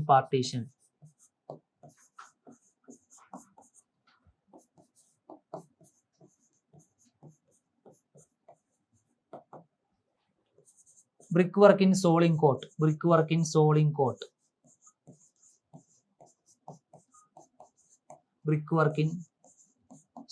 court, ഈ കാര്യങ്ങളൊക്കെ നമ്മൾ m²ലാണ് വരുന്നത് അല്ലെ? സാധാരണ ബ്രിക്ക് വർക്ക് ആണെങ്കിൽ നമ്മുടെ മെഷറിംഗ് യൂണിറ്റ് എന്താ? മീറ്റർ ക്യൂബ് ആയിരുന്നു അല്ലെ? റീഇൻഫോഴ്സ്ഡ് ബ്രിക്ക് വർക്ക് ആണെങ്കിലും മീറ്റർ ക്യൂബിലാണ് നമ്മൾ മെഷർ ചെയ്യുന്നത്. അതിൽ ഭാഗമായിട്ട് ബാക്കി വരുന്ന ബ്രിക്ക് വർക്ക് ഒക്കെ ഹണി കോംബ് ബ്രിക്ക് വർക്ക്, പിന്നെന്താ half brick work in partition, brick work in soling coat, ഇതൊക്കെ നമ്മുടെ ഏത് യൂണിറ്റിലാണ് വരുന്നത്? മീറ്റർ² വരുന്നത്. അതേപോലെ മീറ്റർ² വരുന്ന മറ്റൊരു ക്വാണ്ടിറ്റിയാണ് നമ്മുടെ ഡാം പ്രൂഫ് കോഴ്സ് എന്ന് പറയുന്നത്. ഓക്കെ, അടുത്ത the item of steel work which is measured in quintals. ഇതിൽ ഏത് സ്റ്റീൽ വർക്കാണ് ക്വിന്റലിൽ മെഷർ ചെയ്യുന്നത്? ഓക്കെ, ഒന്നാമത് റോളിംഗ് ഷട്ടറിന്റെ കേസിൽ നമ്മൾ മെഷർ ചെയ്യുന്നത് മീറ്റർ²ലായിരിക്കും. റോളിംഗ് ഷട്ടറിന്റെ മെഷറിംഗ് യൂണിറ്റ് മീറ്റർ² ആണ്. അടുത്ത സ്റ്റീൽ ഡോർ ആൻഡ് വിൻഡോന്റെ കേസിലും നമ്മൾ മെഷർ ചെയ്യുന്നത് മീറ്റർ²ലായിരിക്കും. വയർ നെറ്റിങ്ങിന്റെ കേസും നമ്മൾ മെഷർ ചെയ്യുന്നത് മീറ്റർ² ആണ്. ഈ കേസുകളൊക്കെ നമ്മൾ മീറ്റർ²ലാണ് മെഷർ ചെയ്യുന്നത്. അവസാനത്തെ ഓപ്ഷൻ നോക്കിയേ, rolled steel joist, channels and angles, ഇതൊക്കെയാണ് നമ്മൾ ക്വിന്റലിൽ മെഷർ ചെയ്യുന്നത്. നമ്മൾ ഓപ്ഷൻ ഏതാ? ഡി. ഏതാണ് ക്വിന്റലിൽ മെഷർ ചെയ്യുന്നതാണ് ചോദിച്ചത്. റോൾഡ് സ്റ്റീൽ ജോയിസ്റ്റ്, ചാനൽ, അങ്ങനത്തെ കാര്യങ്ങളൊക്കെയാണ് നമ്മൾ ക്വിന്റലിൽ മെഷർ ചെയ്യുന്നത്. ഓക്കെ. ഇനി സ്റ്റീലിന്റെ റീഇൻഫോഴ്സ്മെന്റ് ആണെങ്കിലും നമ്മൾ ക്വിന്റലിലാണ് മെഷർ ചെയ്യുന്നത് അല്ലെ. സ്റ്റീൽ റീഇൻഫോഴ്സ്മെന്റ് ആണെങ്കിലും ക്വിന്റലിലാണ് മെഷർ ചെയ്യുന്നത്. ഈ കാര്യങ്ങൾ ഓർമ്മ വരുക. Which among the following is measured in quintal? അടുത്തത് നമ്മൾ നേരത്തെ ഡിഡക്ഷന്റെ പ്ലാസ്റ്ററിങ്ങിന്റെ ഡിഡക്ഷന്റെ കാര്യം പറഞ്ഞു. പ്ലാസ്റ്ററിങ് പോലെ തന്നെ ഡിഡക്ഷന്റെ കേസിൽ വരുന്ന മറ്റൊരാളാണ് എന്താ opening, bearing etcetera in masonry. ഈ കേസുകളിൽ നമ്മൾ ഡിഡക്ഷൻ അപ്ലൈ ചെയ്യുന്നത് എങ്ങനെയാണെന്ന് ചോദിക്കുന്നത്. ക്വസ്റ്റ്യൻ നോക്കാം നമുക്ക്. For opening, bearing etcetera in masonry no deduction is made for opening up to. നമ്മൾ നോ ഡിഡക്ഷന്റെ കേസുകളാണ് അവിടെ പഠിക്കുന്നത് അല്ലെ. പ്ലാസ്റ്ററിങ്ങിന്റെ കേസിലാണെങ്കിൽ 0.5 m² വരെ നമ്മൾ ഡിഡക്ഷനെ ചെയ്യുന്നില്ല. ഇവിടെയാണെങ്കിലോ മാസൺറിന്റെ കേസിലാണെങ്കിലോ അപ് ടു 0.1 m² വരെ നമ്മൾ ഡിഡക്ഷൻ ചെയ്യുന്നില്ല. For opening, bearing etcetera in masonry no deduction is made for opening up to 0.1 m² അല്ലെ. 0.1 m² വരെ നമ്മൾ ഡിഡക്ഷൻ ചെയ്യുന്നില്ല. ഇനി ഫോം വർക്കിന്റെ കേസിലാണെങ്കിലോ ഫോം വർക്കിന്റെ കേസിലാണെങ്കിൽ നമ്മൾ അപ് ടു 0.4 m² വരെ അവിടെ ഡിഡക്ഷൻ ചെയ്യുന്നില്ല. അപ്പൊ 3 കേസ് ഓർമ്മിച്ച് നോക്കുക. ഒന്ന് എന്താ അപ് ടു 0.1 m² വരെ എന്തിന്റെ കേസിൽ, മാസൺറിന്റെ കേസിൽ അല്ലെ ഡിഡക്ഷൻ നമ്മൾ ചെയ്യുന്നില്ല. രണ്ടാമത് പ്ലാസ്റ്ററിങ്ങിന്റെ കേസിൽ രണ്ട് സൈഡിലും നമ്മൾ ഡിഡക്ഷൻ ചെയ്യാത്തത് എപ്പോഴാണ്, 0.5 m² വരെയാണ്. ഇപ്പൊ ഫോം വർക്കിന്റെ കേസിൽ എത്രയാണ്, 0.4 m² ആണ് കേട്ടോ. ഈ 3 വാല്യൂ നമ്മൾ കൃത്യമായിട്ട് ഓർമ്മിച്ചു പോകും. അടുത്ത മെഷറിംഗ് യൂണിറ്റുമായിട്ട് ബന്ധപ്പെട്ട ഒരു ക്വസ്റ്റ്യൻ തന്നെയാണ്. Supply of stiff paint is in measured in. Supply of stiff paint നമ്മൾ എങ്ങനെയാണ് മെഷർ ചെയ്യുന്നത്? ഓക്കെ, സ്റ്റിഫ് പെയിന്റ് നമ്മൾ കിലോഗ്രാമിലാണ് മെഷർ ചെയ്യുന്നത്. സ്റ്റിഫ് പെയിന്റ് ആണെങ്കിൽ നമ്മൾ മെഷർ ചെയ്യുന്നത് കിലോഗ്രാമിലായിരിക്കും. ഓക്കെ. ഇനി റെഡിമിക്സ് പെയിന്റ് ആണെങ്കിൽ റെഡിമിക്സ്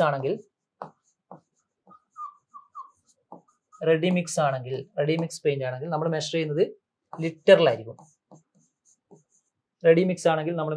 ലിറ്ററിലായിരിക്കും. സ്റ്റിഫ് പെയിന്റ് ആണെങ്കിൽ ഇവിടെ എന്താ കിലോഗ്രാമിലാണ് മെഷർ ചെയ്യുന്നത് അല്ലെ. ഇനി സപ്ലൈ ഓഫ് സിമെന്റ് ഒക്കെ ആണെങ്കിലോ, സപ്ലൈ ഓഫ് സിമെന്റ് ബാഗ്സിലായിരിക്കും മെഷർ ചെയ്യുന്നത്. ബാഗ്സ് അല്ലെങ്കിൽ നമുക്ക് ഇങ്ങനെ പറയാം, ഇതിനെ 50 കിലോഗ്രാം എന്ന് പറയാം. ബാഗ് അല്ലെങ്കിൽ 50 കിലോഗ്രാം എന്ന് പറയാം. ഓക്കെ. ഇനി explosive for blasting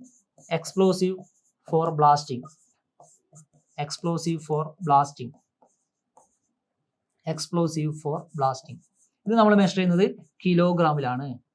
explosive for blasting measure ചെയ്യുന്നത് കിലോഗ്രാമിലാണ്. ഇനി സപ്ലൈ ഓഫ് ലൈം, സ്റ്റീല്, അങ്ങനത്തെ കാര്യങ്ങളൊക്കെ നമ്മൾ മെഷർ ചെയ്യുന്നത് ക്വിന്റലിലാണ്. സപ്ലൈ ഓഫ് ലൈം, സ്റ്റീല്, ഇങ്ങനത്തെ കാര്യങ്ങളൊക്കെ നമ്മൾ മെഷർ ചെയ്യുന്നത് ക്വിന്റലിലാണ്. ഇനി എന്താ സപ്ലൈ ഓഫ് ടാറ്, ബിറ്റുമിൻ, ഇതൊക്കെ നമ്മൾ മെഷർ ചെയ്യുന്നത് ടണ്ണിലാണ്. ഇത്രയും കാര്യങ്ങളും കൂടി ഓർമ്മിച്ച് വെക്കുക. സപ്ലൈ ഓഫ് ടാർ, ബിറ്റുമിൻ 10 ആണ്. സപ്ലൈ ഓഫ് റെഡിമിക്സ് ആണ് പെയിന്റ് ആണെങ്കിൽ ലിറ്റർ ആണ്. സപ്ലൈ ഓഫ് സിമെന്റ് ആണെങ്കിൽ ബാഗ്സ് അല്ലെങ്കിൽ 50 കിലോഗ്രാം ആണ്. Supply of explosive for blasting ആണെങ്കിൽ കിലോഗ്രാമിലാണ്. ലൈം, സ്റ്റീലൊക്കെ ആണെങ്കിൽ ക്വിന്റലാണ്. ഓക്കെ. സ്റ്റിഫ് പെയിന്റ് ആണെങ്കിൽ ഏതാ, കിലോഗ്രാം. ഇതിന് പുറമെ കുറെ മെഷറിംഗ് യൂണിറ്റ് ഉണ്ട്. നിങ്ങൾ ബാക്കിയും കൂടി ടാബിൾ നോക്കി മനസ്സിലാക്കുക. അത് നമ്മളെ 23ാമത്തെ ക്വസ്റ്റ്യൻ ആണ് നോക്കുന്നത്. String cos, drip cos, weather cos, coping etcetera are measured in. String cos, drip course, coping etcetera are measured in. ഇത് നമ്മൾ മെഷർ ചെയ്യുന്നത് മീറ്ററിലായിരിക്കും. ഓക്കെ. സ്ട്രിംഗ് cos, drip cos, weather cos, coping etcetera are measured in metre ആയിരിക്കും അല്ലെ. മീറ്ററിൽ തന്നെ മെഷർ ചെയ്യുന്ന വേറൊരു കാര്യം ഉണ്ടല്ലോ, ബാർബിഡ് വയർ ഫെൻസിങ്.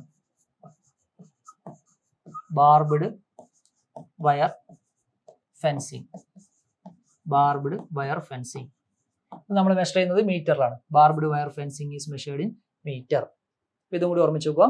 മീറ്ററിൽ മെഷർ ചെയ്യുന്ന string cos, drip cos, weather course, അങ്ങനത്തെ കാര്യങ്ങളൊക്കെ നമ്മൾ മെഷർ ചെയ്യുന്നത് മീറ്ററിലാണ്. ബാർബിഡ് വയർ ഫെൻസിങ് നമ്മൾ മെഷർ ചെയ്യുന്നത് മീറ്ററിലായിരുന്നു. അടുത്ത the reasonable profit included in the analysis of rate for the contractor is.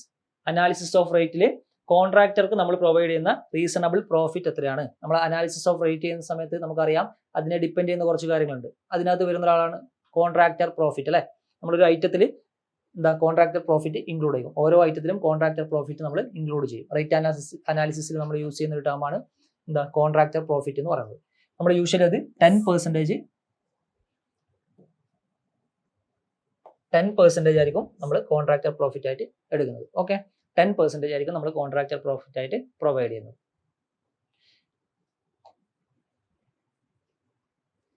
The rate of a particular item of work depends on. ഒരു റേറ്റ് ഡിപ്പെൻഡ് ചെയ്യുന്ന കാര്യങ്ങൾ എന്തൊക്കെയാണ്? ഒന്നാമത് specification of work and material. Specification of works and material അത് depend ചെയ്യുമല്ലോ. ഒന്നാമത് കാര്യം depend ചെയ്യും. പ്രോഫിറ്റ് ഓഫ് ദ കോൺട്രാക്ടർ അതും ഡിപ്പെൻഡ് ചെയ്യുമല്ലോ. നമ്മൾ റേറ്റ് അനാലിസിസ് വരുന്ന ആളാണ് profit of the contractor. Over head expenses ഇതും വരും അല്ലെ. എന്താണ് ഓവർ ഹെഡ് എക്സ്പെൻസസ് എന്ന് പറയുന്നത്? നമ്മളെ വർക്കിൽ പ്രൊഡക്റ്റീവ് അല്ലാത്ത കുറെ ടൈപ്പ് എന്താ എക്സ്പെൻഡിച്ചറും കാര്യങ്ങളൊക്കെ വരാം അല്ലെ. ഇൻഡയറക്റ്റ് ആയിട്ട് നമുക്ക് എന്താ പ്രൊഡക്റ്റീവ് അല്ലാത്ത കുറെ എക്സ്പെൻഡിച്ചറും കാര്യങ്ങൾ വരാം. നമ്മൾ അതിനെ ഓവർ ഹെഡ് എന്ന് വിളിക്കുക. ഇതിനെ നമ്മൾ ബേസിക് ആയിട്ട് ജോബ് ഓവർ ഹെഡും ആയിട്ടും ജനറൽ ഓവർ ഹെഡ് ആയിട്ടും ഇതിനെ ക്ലാസിഫൈ ചെയ്തിട്ടുണ്ട്. എക്സാമ്പിൾ ആയിട്ട് നമ്മളിപ്പോൾ സൂപ്പർവിഷന്റെ ചാർജുകൾ, എസ്റ്റാബ്ലിഷ്മെന്റ് ചാർജ്, പ്രിന്റ്, പോസ്റ്റേജ്, റെന്റിന്റെ കൊടുക്കേണ്ടത്, ടാക്സ്, അങ്ങനത്തെ കാര്യങ്ങളൊക്കെ. പിന്നെ നമുക്ക് എന്തെങ്കിലും ലേബേഴ്സ് ഒക്കെ ഉണ്ടെങ്കിൽ അവർക്ക് ഇൻഷുറൻസും കാര്യങ്ങളൊക്കെ എടുത്ത് കൊടുക്കേണ്ടി വരും.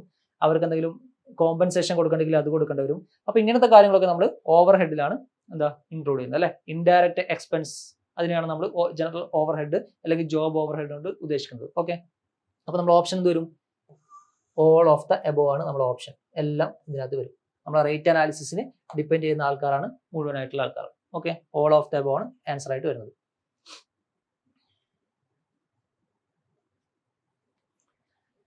അടുത്തത് which of the following is job over head. ഞാൻ നേരത്തെ പറഞ്ഞു നമ്മളെ റേറ്റ് അനാലിസിസ് അല്ലെങ്കിൽ റേറ്റ് ഡിപ്പെൻഡ് ചെയ്യുന്ന ഒരു കാര്യമാണ് നമ്മളെ ഓവർ ഹെഡ് കോസ്റ്റ് എന്ന് പറയുന്നത്. ഓവർ ഹെഡ് കോസ്റ്റ് എന്ന് പറയുന്നത് ഇതിന് നമ്മൾ ബേസിക്കലി രണ്ടായിട്ട് ക്ലാസിഫൈ ചെയ്യുന്നുണ്ട്. ഒന്നാമത്തെയാണ് ജനറൽ ഓവർ ഹെഡും രണ്ടാമത്തെയാണ് ജോബ് ഓവർ ഹെഡ്.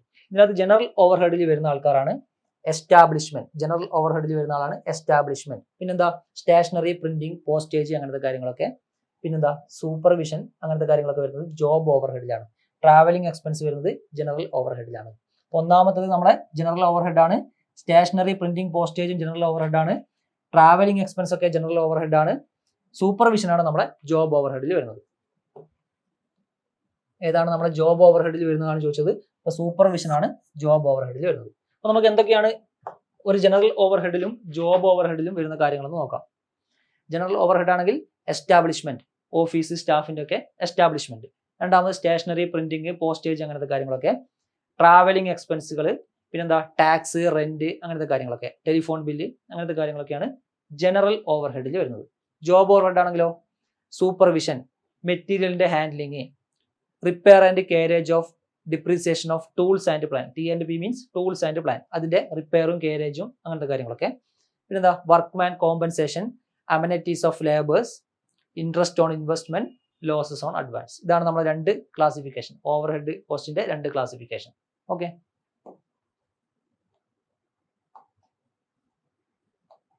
നമ്മൾ ഓപ്ഷൻ എന്തായിരുന്നു? ഏതാണ് ജോബ് ഓവർ ഹെഡ് എന്നാണ് ചോദിച്ചത്. സൂപ്പർവിഷൻ വരുന്നത് ജോബ് ഓവർ ഹെഡ് ആയിരുന്നു. ഓക്കെ, ബാക്കിയൊക്കെ നമ്മുടെ ജനറൽ ഓവർ ഹെഡിൽ വരുന്ന ടേംസ് ആയിരുന്നു. അടുത്ത 27ാമത്തെ ക്വസ്റ്റ്യൻ. നമ്മൾ ഇമ്പോർട്ടന്റ് ആയ ഒരു ഭാഗത്തിലേക്കാണ് അടുത്ത് പോകുന്നത്. ടാസ്ക് വർക്ക് അല്ലെ. നമ്മളൊരു സ്കിൽഡ് ലേബർ ഒരു ദിവസം എത്ര ക്വാണ്ടിറ്റി ഓഫ് വർക്ക് ചെയ്യും, അതിനാണ് നമ്മൾ ബേസിക് ആയിട്ട് ടാസ്ക് വർക്ക് എന്ന് പറയുന്നത്. ഓക്കെ, നമുക്ക് അതിന് ക്വസ്റ്റ്യൻ നോക്കാം. Task work for the 12 mm plastering with cement or lime mortar in square metre. Task work for the 12 mm plastering with cement or mortar in square metre. 12 mm plastering ആണെങ്കിൽ നമ്മുടെ task work എത്രയായിരുന്നു വരുന്നത്? 12 mm പ്ലാസ്റ്ററിംഗിന്റെ കേസിൽ 8 m² ആണ് നമ്മുടെ task work വരുന്നത്. ഒരു skilled labour 12 mm plastering ആണെങ്കിൽ ഒരു ദിവസം 8 m² വർക്ക് ചെയ്യണം. അതാണ് നമ്മുടെ ടാസ്ക് വർക്ക് കൊണ്ട് ഉദ്ദേശിക്കുന്നത്. ഓക്കെ, ടാസ്ക് വർക്ക് അല്ലെങ്കിൽ ഇതിന്റെ മറ്റൊരു പേരാണ് ഔട്ട് ടേൺ. നോക്കി, the capacity of doing work by an skilled labour in the form of quantity of work done per day. Okay, അതിനാണ് നമ്മൾ ടാസ്ക് വർക്ക് അല്ലെങ്കിൽ ഔട്ട് ടേൺ എന്ന് വിളിക്കുന്നത്. ഇനി അതിന്റെ മറ്റൊരു question, the out turn of skilled labour for RCC work. നമ്മൾ ഒന്നാമത് പറഞ്ഞത് 12 mm പ്ലാസ്റ്ററിംഗ് ആണ്. അതിന്റെ വാല്യൂ 8 m² ആയിരുന്നു. ഇനി നമ്മൾ 28ാമത്തെ question, the out turn of a skilled labour for RCC work. RCC വർക്കിന്റെ ടാസ്ക് വർക്ക് എത്രയാണ് അല്ലെങ്കിൽ ഔട്ട് ടേൺ എത്രയാണ്? രണ്ട് ടേം ഓർമ്മിച്ച് നോക്കുക. ഔട്ട് ടേൺ ഒന്നാമത്തെ ഓപ്ഷൻ 1 cubic meter, രണ്ടാമത്തത് 2 cubic meter, മൂന്നാമത്തത് 3 cubic meter, നാലാമത്തത് 4 cubic meter. നമ്മൾ ഓപ്ഷൻ വരുന്നത് RCC വർക്കിന്റെ ഔട്ട് ടേൺ 3 ക്യൂബിക് മീറ്റർ ആണ്. RCC വർക്കിന്റെ ഔട്ട് ടേൺ എത്രയാണ്? 3 ക്യൂബിക് മീറ്റർ ആണ്. ഓക്കെ, നമുക്ക് ഒരു വലിയ ടാബിൾ തന്നെയുണ്ട് നമ്മുടെ ടാസ്ക് വർക്കിനെ പറ്റി പഠിക്കാനുള്ളത്. അതിൽ RCC വർക്ക് വരുന്നത് 3 ക്യൂബിക് മീറ്റർ ആണ്. ഓക്കെ, ഇനി സിമെന്റ് കോൺക്രീറ്റ് 1:2:4 ആണെങ്കിൽ എത്രയാണ് നമ്മുടെ ടാസ്ക് വർക്ക് വരുന്നത്? 5 m³ ആയിരിക്കും അല്ലെ? ഓർമ്മയുണ്ടോ? സിമെന്റ് കോൺക്രീറ്റ് 1:2:4 ആണെങ്കിൽ 5 m³ ആയിരിക്കും നമ്മുടെ ടാസ്ക് വർക്ക് വരുന്നത്. RCC ആണെങ്കിൽ 3 m³ ആയിരിക്കും. അങ്ങനെ ഡിഫറെന്റ് ടൈപ്പ് ഓഫ് വർക്കിന്റെ ടാസ്ക് വർക്കിനെ പറ്റി നമ്മൾ പറയുന്നുണ്ട് അല്ലെ. സോയിലിന്റെ എർത്ത് വർക്ക് എക്സ്കവേഷന്റെ കേസിലാണെങ്കിൽ ഓർഡിനറി സോയിൽ ആണെങ്കിൽ ടാസ്ക് വർക്ക് വരുന്നത് 3 m³ ആയിരുന്നു. ഹാർഡ് സോയിൽ ആണെങ്കിൽ എർത്ത് വർക്ക് എക്സ്കവേഷന്റെ ടാസ്ക് വർക്ക് വരുന്നത് 2 m³ ആയിരുന്നു. റോക്ക് സോയിൽ ആണെങ്കിൽ 1 m³ ആയിരുന്നു. അങ്ങനെ ഡിഫറെന്റ് കേസ് ഉണ്ട്. ഇനിയിപ്പോൾ ബ്രിക്ക് വർക്കിന്റെ കേസിലാണെങ്കിൽ ബ്രിക്ക് വർക്ക് ഇൻ ഫൗണ്ടേഷൻ ആണെങ്കിൽ 1.25 m³ ആയിരുന്നു. സൂപ്പർ സ്ട്രക്ചർ ആണെങ്കിൽ 1 m³ ആയിരുന്നു. Half brick work in partition ആണെങ്കിൽ 5 m² ആയിരുന്നു. അങ്ങനെ കുറെ കേസുകൾ നമ്മൾ പഠിക്കുന്നുണ്ട്. റീഇൻഫോഴ്സ്ഡ് ബ്രിക്ക് വർക്ക് ആണെങ്കിൽ 1 m³ ആയിരുന്നു ടാസ്ക് വർക്ക്. അങ്ങനെ കുറെ കേസുകൾ നമ്മൾ ടാസ്ക് വർക്കിന്റെ ഇതിൽ പഠിക്കുന്നുണ്ട്. അപ്പോൾ ഇമ്പോർട്ടന്റ് ആയിട്ടുള്ള കാര്യങ്ങളൊക്കെ പഠിച്ചു നോക്കുക. അടുത്ത 29ാമത്തെ question. An excavation is to be carried out in an ordinary soil for a foundation which includes lift of 1.5 meter and disposal up to 30 meter. The volume of earthwork that can be excavated by a single builder or mazdoor in one day as per Central Public Work Department CPW norms will be roughly equal to. നമ്മൾ ഈ question കാണുമ്പോൾ വളരെ lengthy ആയിട്ടുള്ള ഒരു question ആണ് അല്ലേ. നമുക്ക് വായിച്ചാൽ ചിലപ്പോൾ ഒന്നും മനസ്സിലാവാൻ സാധ്യതയില്ല. പക്ഷെ ഇവിടെ എന്താ ആക്ച്വലി ചോദിച്ചിരിക്കുന്നത്? നമ്മുടെ ടാസ്ക് വർക്ക് തന്നെയാണ് ആക്ച്വലി ഈ ഒരു ക്വസ്റ്റ്യനിൽ വന്നിട്ടുള്ളത്. നോക്കിയേ, ഓർഡിനറി സോയിലാണ് കേസ്. ഓർഡിനറി സോയിലാണ്. പിന്നെന്താ? ഒരു 1 ഡേ. ഈ രണ്ട് ടേമും നമുക്ക് മനസ്സിലാക്കണം. ഓർഡിനറി സോയിലിന്റെ കേസിൽ 1 ഡേയിൽ നമ്മളൊരു സ്കിൽഡ് ലേബർ, ബെൽഡാർ അല്ലെങ്കിൽ മസ്ദൂർ എത്ര ക്വാണ്ടിറ്റി ചെയ്യണമെന്നാണ് ഇവിടെ ചോദിച്ചിരിക്കുന്നത്. അത് മറ്റൊരു രീതിയിൽ ചോദിച്ചു. ഡയറക്റ്റ് ആയിട്ട് ഓർഡിനറി സോയിലിന്റെ ടാസ്ക് വർക്ക് ചോദിക്കാതെ മറ്റൊരു രീതിയിൽ ക്വസ്റ്റ്യൻ നമ്മളോട് ചോദിച്ചു. അപ്പോൾ നമ്മൾ ഓർഡിനറി സോയിലിന്റെ കേസിൽ എത്ര ടാസ്ക് വർക്ക് വരുന്നത്? 3 ക്യൂബിക് മീറ്റർ ആയിരിക്കും. ഓർഡിനറി സോയിൽ 3 ക്യൂബിക് മീറ്റർ ആണ്. ഹാർഡ് സോയിൽ ആണെങ്കിൽ 2 m³ ആണ്. റോക്കി സോയിൽ ആണെങ്കിൽ 1 m³ ആണ് അല്ലെ. നമ്മളിവിടെ ചോദിച്ചത് ഓർഡിനറി സോയിലാണ്. നമ്മുടെ ആൻസർ എത്ര? 3 ക്യൂബിക് മീറ്റർ ആയിരിക്കും. അപ്രോക്സിമേറ്റ്ലി 3 ക്യൂബിക് മീറ്റർ ആയിരിക്കും നമ്മുടെ വാല്യൂ. ഓക്കെ, ഇങ്ങനെയും ക്വസ്റ്റ്യൻ ചോദിക്കാം എന്നറിഞ്ഞിരിക്കുക.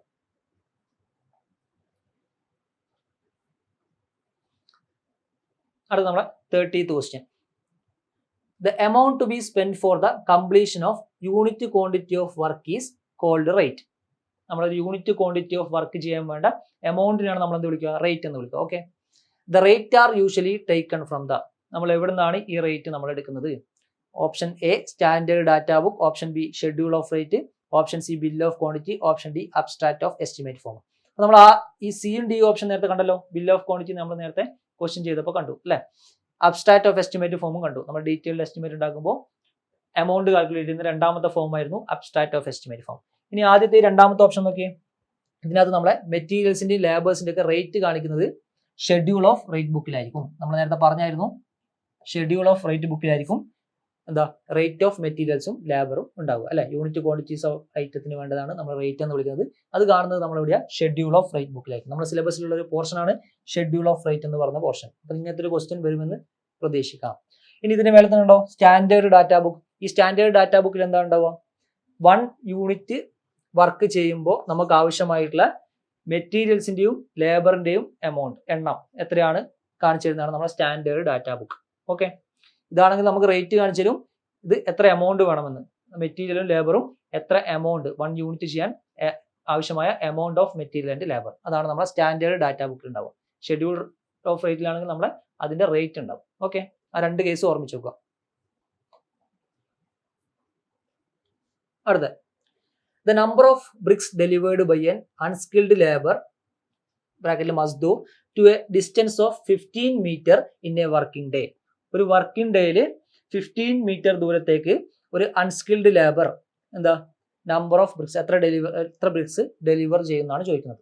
ഓക്കെ, നമുക്ക് ടെക്സ്റ്റ് ബുക്കിലുള്ള ഒരു ടാബിളിൽ നിന്ന് വന്ന ഒരു വാല്യൂ ആണിത്. നമ്മുടെ നിമിയുടെ ടെക്സ്റ്റ് ബുക്കിൽ ഉണ്ട്. ഇത് വരുന്നത് 4000 ആണ് എണ്ണം. Number of bricks delivered by a unskilled labour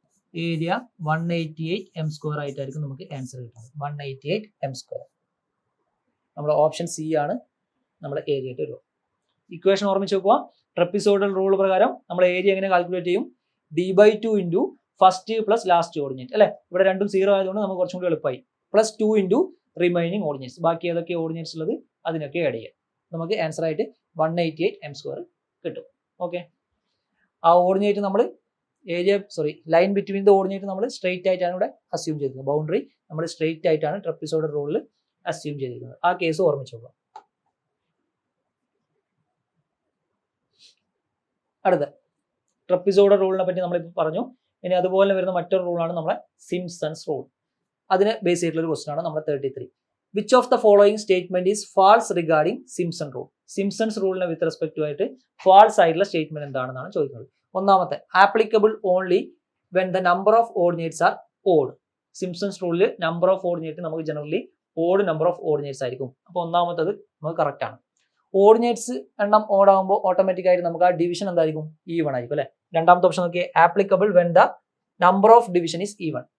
odd number of ordinate ആണെങ്കിൽ അതിനെ ഡിവൈഡ് ചെയ്തിരിക്കുന്നത് ഈവൺ നമ്പർ ഓഫ് ഡിവിഷൻ ആയിട്ടായിരിക്കും. അപ്പൊ രണ്ടാമത്തെ സ്റ്റേറ്റ്മെന്റ് എന്താ? കറക്റ്റ് ആണ് അവിടെ. മൂന്നാമത്തെ statement, the boundary between the end of the ordinate is assumed as parabolic. ഞാൻ നേരത്തെ പറഞ്ഞു സിംപ്സൺസ് റൂളിൽ നമ്മൾ ബൗണ്ടറി പാരബോളിക് ആയിട്ടാണ് അസ്യൂം ചെയ്തിരിക്കുന്നത്. ട്രപ്പിസോയിഡൽ റൂളാണ് എന്താ സ്ട്രെയിറ്റ് ആയിട്ട് നമ്മൾ അസ്യൂം ചെയ്തിരിക്കുന്നത്. നാലാമത്തെ സ്റ്റേറ്റ്മെന്റ് നോക്കിയേ, the boundary between end of the ordinate is assumed as straight. ഇത് നമ്മുടെ ട്രപ്പിസോയിഡൽ റൂളിന്റെ കേസാണ് അല്ലെ. അപ്പൊ നമുക്ക് ഫാൾസ് സ്റ്റേറ്റ്മെന്റ് ഏതാ? ഓപ്ഷൻ ഡി ആണ്. ഇത് മൂന്നും നമ്മുടെ സിംപ്സൺസ് റൂളിന് വിത്ത് റെസ്പെക്ട് ഉള്ള സ്റ്റേറ്റ്മെന്റ് ആണ്. ഓക്കെ. സിംപ്സൺസ് റൂളിന്റെ പ്രത്യേകത എന്താ? അക്യുറേറ്റ് ആണ് അല്ലെ. ട്രപ്പിസോയിഡൽ റൂൾ വെച്ച് നോക്കുമ്പോൾ അതിനെക്കാളും കുറച്ചും കൂടി അക്യുറേറ്റ് ആണ്. നമ്മൾ മോസ്റ്റ് കോമൺലി യൂസ് ചെയ്യുന്നത് സിംപ്സൺസ് റൂളാണ്. ഈ രണ്ട് കേസും കൂടി ഓർമ്മിച്ച് വെക്കുക. പിന്നെ ഈ 3 പ്രോപ്പർട്ടിയും കൂടി സിംപ്സൺസ് റൂളിന്റെ കേസിൽ ഓർമ്മിച്ച് വെക്കുക. ഓക്കെ. ഒരു സിംപ്സൺസ് റൂൾ പ്രകാരം നമ്മൾ ഏരിയ എങ്ങനെ കാൽക്കുലേറ്റ് ചെയ്യും? d/3 into first plus last ordinate plus 4 into even ordinate plus 2 into odd ordinate. അതാണ് നമ്മുടെ ഫോർമുല അല്ലെ. ട്രപ്പിസോയിഡൽ റൂൾ നമ്മൾ d/2 plus first plus last plus 2 into remaining ആയിരുന്നു അല്ലെ. സിംപ്സൺ ആകുമ്പോൾ d/3 into first plus last plus 4 into even ordinates പിന്നെന്താ 2 into odd ordinates. ഇതാണ് നമ്മുടെ സിംപ്സൺസ് റൂൾ പ്രകാരമുള്ള ഏരിയ കാൽക്കുലേഷൻ ചെയ്യുന്നത്. ഓക്കെ. ഈ കേസ് ഓർമ്മിച്ച് വെക്കുക. കോമൺലി അഡോപ്റ്റഡ് ആണ് സിംപ്സൺസ് റൂൾ എന്ന് പറയുന്നത്. മോസ്റ്റ് അക്യുറേറ്റ് ആണ്. ഓഡ് നമ്പർ ഓഫ് ഓർഡിനേറ്റ് ആണ്. ഓട്ടോമാറ്റിക് ആയിട്ട് ഓഡ് നമ്പർ ഓഫ് ഓർഡിനേറ്റ് ആകുമ്പോൾ ഡിവിഷൻ എന്താവും? ഈവൺ ആയിരിക്കും അല്ലെ. അതിനെ ഏരിയ ഡിവൈഡ് ചെയ്യുന്നത് ഈവൺ നമ്പറിലായിരിക്കും. അങ്ങനെ നമുക്ക് 34ാമത്തെ ക്വസ്റ്റ്യൻ നോക്കിയാലോ. സിംപ്സൺസ് റൂൾ ആയിട്ട് വരുന്നൊരു ക്വസ്റ്റ്യൻ ആണ്. അത് വെച്ചിട്ട് നമ്മൾ ഏരിയ കാൽക്കുലേറ്റ് ചെയ്യണം. നമ്മൾ ട്രപ്പിസോയിഡൽ ഏരിയ മെത്തേഡ് വെച്ചിട്ടുള്ള ഏരിയ കാൽക്കുലേറ്റ് ചെയ്തു. ഇനി നമ്മൾ സിംപ്സൺസ് റൂൾ പ്രകാരമുള്ള ഏരിയ ആണ് കാൽക്കുലേറ്റ് ചെയ്യുന്നത്. ഓക്കെ. സിംപ്സൺസ് റൂൾ പ്രകാരം the following perpendicular offset were taken at 10 meter intervals from a survey line to an irregular boundary line. The area in square meter enclosed between the survey line, irregular line, first and last offset by Simpson's rule is perpendicular offset is 5 meter, 2 meter, 4.5 meter, 6 meter, 1 meter, 2 meter, 4 meter, 2.5 meter and 4 meter. ഇതൊക്കെയാണ് നമ്മുടെ ഓഫ്സെറ്റിന്റെ values. Interval എത്രയായി തന്നു? 10 meter interval ആണ് തന്നിട്ടുള്ളത്. നമുക്ക് area of the irregular boundary ആണ് കണ്ടുപിടിക്കേണ്ടത് using Simpsons rule അല്ലെ. നമുക്ക് ഫോർമുല എന്തായിരുന്നു? സിംപ്സൺസ് റൂൾ പ്രകാരം ഏരിയ കണ്ടുപിടിക്കുന്നത് d/3 into first plus last അല്ലെ.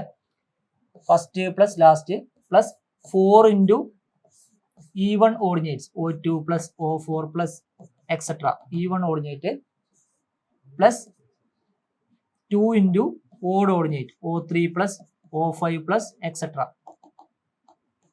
ഇതാണ് നമ്മുടെ സിംപ്സൺസ് റൂൾ പ്രകാരം ഏരിയ കാൽക്കുലേറ്റ് ചെയ്യുന്ന ഫോർമുല അല്ലെ. A is equal to D. ഡിന്റെ വാല്യൂ എത്രയാണ് അവിടെ? 10 meter ഇന്റർവെല്ലാണ് എടുത്തുള്ളത്. അപ്പൊ ഡിന്റെ വാല്യൂ നമ്മൾ 10 ആയിട്ട് കൊടുക്കണം. 10/3. ഇനി ഫസ്റ്റ് പ്ലസ് ലാസ്റ്റ് ഓർഡിനേറ്റ്. ഒന്നാമത്തെ ഓഫ്സെറ്റ് ചെയ്ത അവിടെ 5 നമ്മൾ എടുത്തു. 4 ലാസ്റ്റിന്റെ വാല്യൂ 4. അപ്പോൾ 5 plus 4 plus 4 into even number of ordinate. Even number of ordinate ഏതൊക്കെയാ? സോറി ഈവൺ ഓർഡിനേറ്റ്സ് 2 ഉണ്ട്. ഈവൺ ഓർഡിനേറ്റ് ആയിട്ട് 6 ഉണ്ട്, 2 ഉണ്ട്, 2.5 ഉണ്ട്. ഇതൊക്കെയാണ് നമ്മുടെ E1 ഓർഡിനേറ്റ് അല്ലെ. E1 പൊസിഷനിൽ വരുന്ന ഓർഡിനേറ്റ് ആണ് E1 ഓർഡിനേറ്റ് എന്ന് പറയുന്നത്. ഏതൊക്കെയാ വാല്യൂ? 2 പ്ലസ് 6 പ്ലസ് 2 പ്ലസ് 2.5 ഇതൊക്കെയാണ് നമ്മുടെ E1 ഓർഡിനേറ്റ് ആയിട്ട് വരുന്നത്. ബാക്കി എന്താ? Plus 2 into odd ordinate. നമ്മൾ ടിക്ക് ചെയ്യാത്തൊക്കെയാണ് നമ്മുടെ ഓഡ് ഓർഡിനേറ്റ്സ് എന്ന് പറയുന്നത്. 4.5ഉം 4ഉം ഇതാണ് നമ്മളെ ഓഡ് ഓർഡിനേറ്റ്സ്. ഇനി ഇത് നമ്മൾ ചെയ്താൽ നമുക്ക് ഏരിയ കിട്ടും. 10/3 into 9 plus 4 into 2 plus 6 8 10 12.5.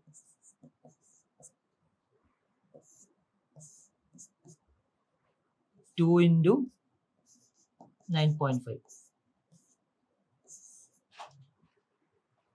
Okay, 9 plus 12.5 into 4 50 വരും അല്ലേ. 50 പ്ലസ് 9 59. ഇതിന്റെ വാല്യൂ 19 വരും. അപ്പൊ 10/3 ഇൻറ്റു ടോട്ടൽ 19 പ്ലസ് 15 പ്ലസ് 9 ചെയ്താൽ 78 കിട്ടും. അപ്പൊ ടോട്ടൽ 10/3 ഇൻറ്റു 78 വരും. 10/3 ഇൻറ്റു 78. 10/3 ഇൻറ്റു 78. 78ഉം 3ഉം കട്ട് ചെയ്താൽ നമുക്ക് 26 കിട്ടും. 26 ഇൻറ്റു 10 260 ആണ് നമുക്ക് ആൻസർ ആയിട്ട് വരിക. 26 ഇൻറ്റു 10 260 ആണ് നമുക്ക് ആൻസർ ആയിട്ട് വരിക. ജസ്റ്റ് ആ ഫോർമുല മാത്രം അറിഞ്ഞിരിക്കുക എന്നുള്ള കാര്യം മാത്രമേ ഇവിടെയുള്ളൂ. D/3 into first plus last, ഏതാണോ ഫസ്റ്റ് ഓർഡിനേറ്റ് ഏതാണോ last ordinate, plus 4 into E1 പൊസിഷനിൽ വരുന്ന ഓർഡിനേറ്റ് പ്ലസ് 2 ഇൻറ്റു ഓഡ് പൊസിഷനിൽ വരുന്ന ഓർഡിനേറ്റ്. ഇത്രയാണ് നമ്മുടെ സിംപ്സൺസ് റൂളിന്റെ ഫോർമുല. ഓക്കെ, അതിന്റെ വരുന്ന പ്രോപ്പർട്ടീസും കാര്യങ്ങളൊക്കെ അറിഞ്ഞിരിക്കുക. സിംപ്സൺസ് റൂൾ അക്യുറേറ്റ് ആണ്, നമ്മൾ മോസ്റ്റ് കോമൺലി യൂസ്ഡ് ആണ്. നമുക്ക് ആ ബൗണ്ടറി എടുക്കുന്നത് നമ്മൾ എന്താ പാരബോളിക് ആയിട്ടാണ് ബൗണ്ടറി എടുക്കുന്നത്. ഓട്ടോമാറ്റിക് നമുക്ക് ഡിവിഷൻ എന്താ ഈവൺ നമ്പർ ഓഫ് ഡിവിഷൻ ആയിരിക്കും. ട്രപ്പിസോയിഡൽ റൂൾ ആണെങ്കിൽ നമ്മൾ ആ ഇക്വേഷൻ അറിഞ്ഞിരിക്കുക. D/2 into first plus last into 2 into remaining. Okay, നമ്മൾ ആ ബൗണ്ടറി അസ്യൂം ചെയ്തിരിക്കുന്നത് സ്ട്രെയിറ്റ് ആയിട്ടാണ്. ഓക്കെ, ഈ രണ്ട് കേസും ഓർമ്മിച്ച് നോക്കുക. നമുക്ക് സെപ്പറേറ്റ് സിലബസിൽ എടുത്തു പറഞ്ഞ പോർഷൻ ആണ്. അപ്പോൾ എന്താ, ഒരു മാർക്കിന് ക്വസ്റ്റ്യൻ വരാൻ ചാൻസ് ഉണ്ട്. നിങ്ങൾ അത് ശ്രദ്ധിച്ച് പഠിക്കുക അല്ലെ. സർവേയെങ്കിലും നമ്മൾ ഈ പോർഷൻ പഠിക്കുന്നുണ്ട്. അപ്പോൾ രണ്ട് കേസിലും നമ്മൾ പഠിച്ചതുകൊണ്ട് നമുക്ക് ഓർമ്മയുണ്ടാവും. ആ ഒരു മാർക്ക് എന്തായാലും നിങ്ങൾ നഷ്ടപ്പെടുത്താൻ പാടില്ല. ഓക്കെ,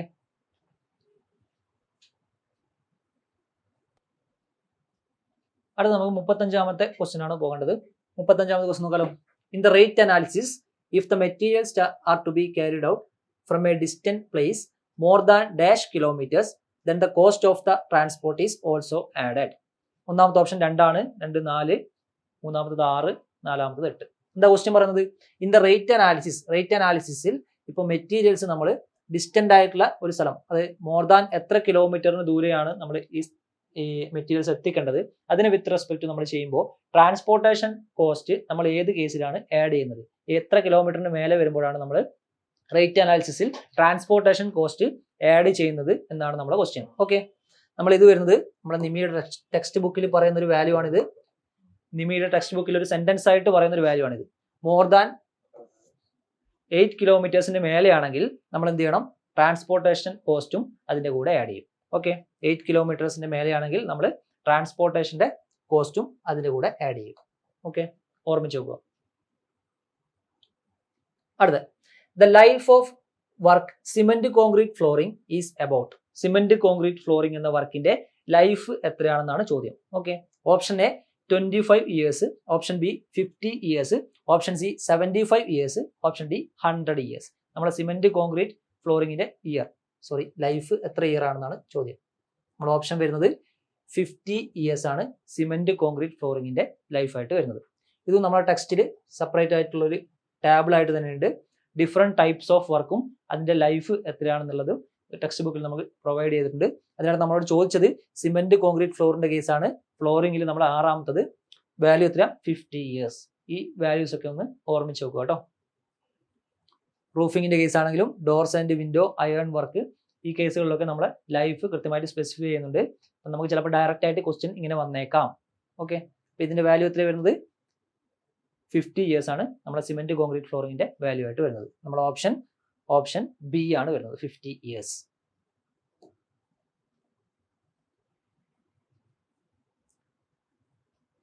അടുത്തത് 37ാമത്തെ ക്വസ്റ്റ്യൻ.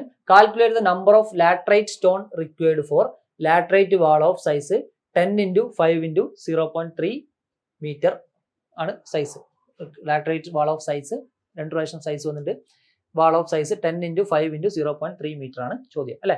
ഇങ്ങനെ ഒരു ലാറ്ററൈറ്റ് വാൾ നമ്മൾ കൺസ്ട്രക്ട് ചെയ്യണമെങ്കിൽ നമുക്ക് എത്ര ലാറ്ററൈറ്റ് സ്റ്റോൺ വേണമെന്നാണ് ചോദ്യം അല്ലെ. അപ്പൊ നമുക്കിത് ചെയ്യണമെങ്കിൽ നമുക്ക് അറിഞ്ഞിരിക്കേണ്ട ഒരു കാര്യമുണ്ട് അല്ലെ. ഇത് ചെയ്യണമെങ്കിൽ നമ്മൾ അറിഞ്ഞിരിക്കേണ്ട ഒരു കാര്യം എന്താ, 1 m³ ലാറ്ററൈറ്റ് വർക്ക് ചെയ്യാൻ വേണ്ടി നമുക്ക് ആവശ്യമായിട്ട് വരുന്ന നമ്പർ ഓഫ് ലാറ്ററൈറ്റ് സ്റ്റോൺ എത്രയാണ്. അപ്പോൾ four 1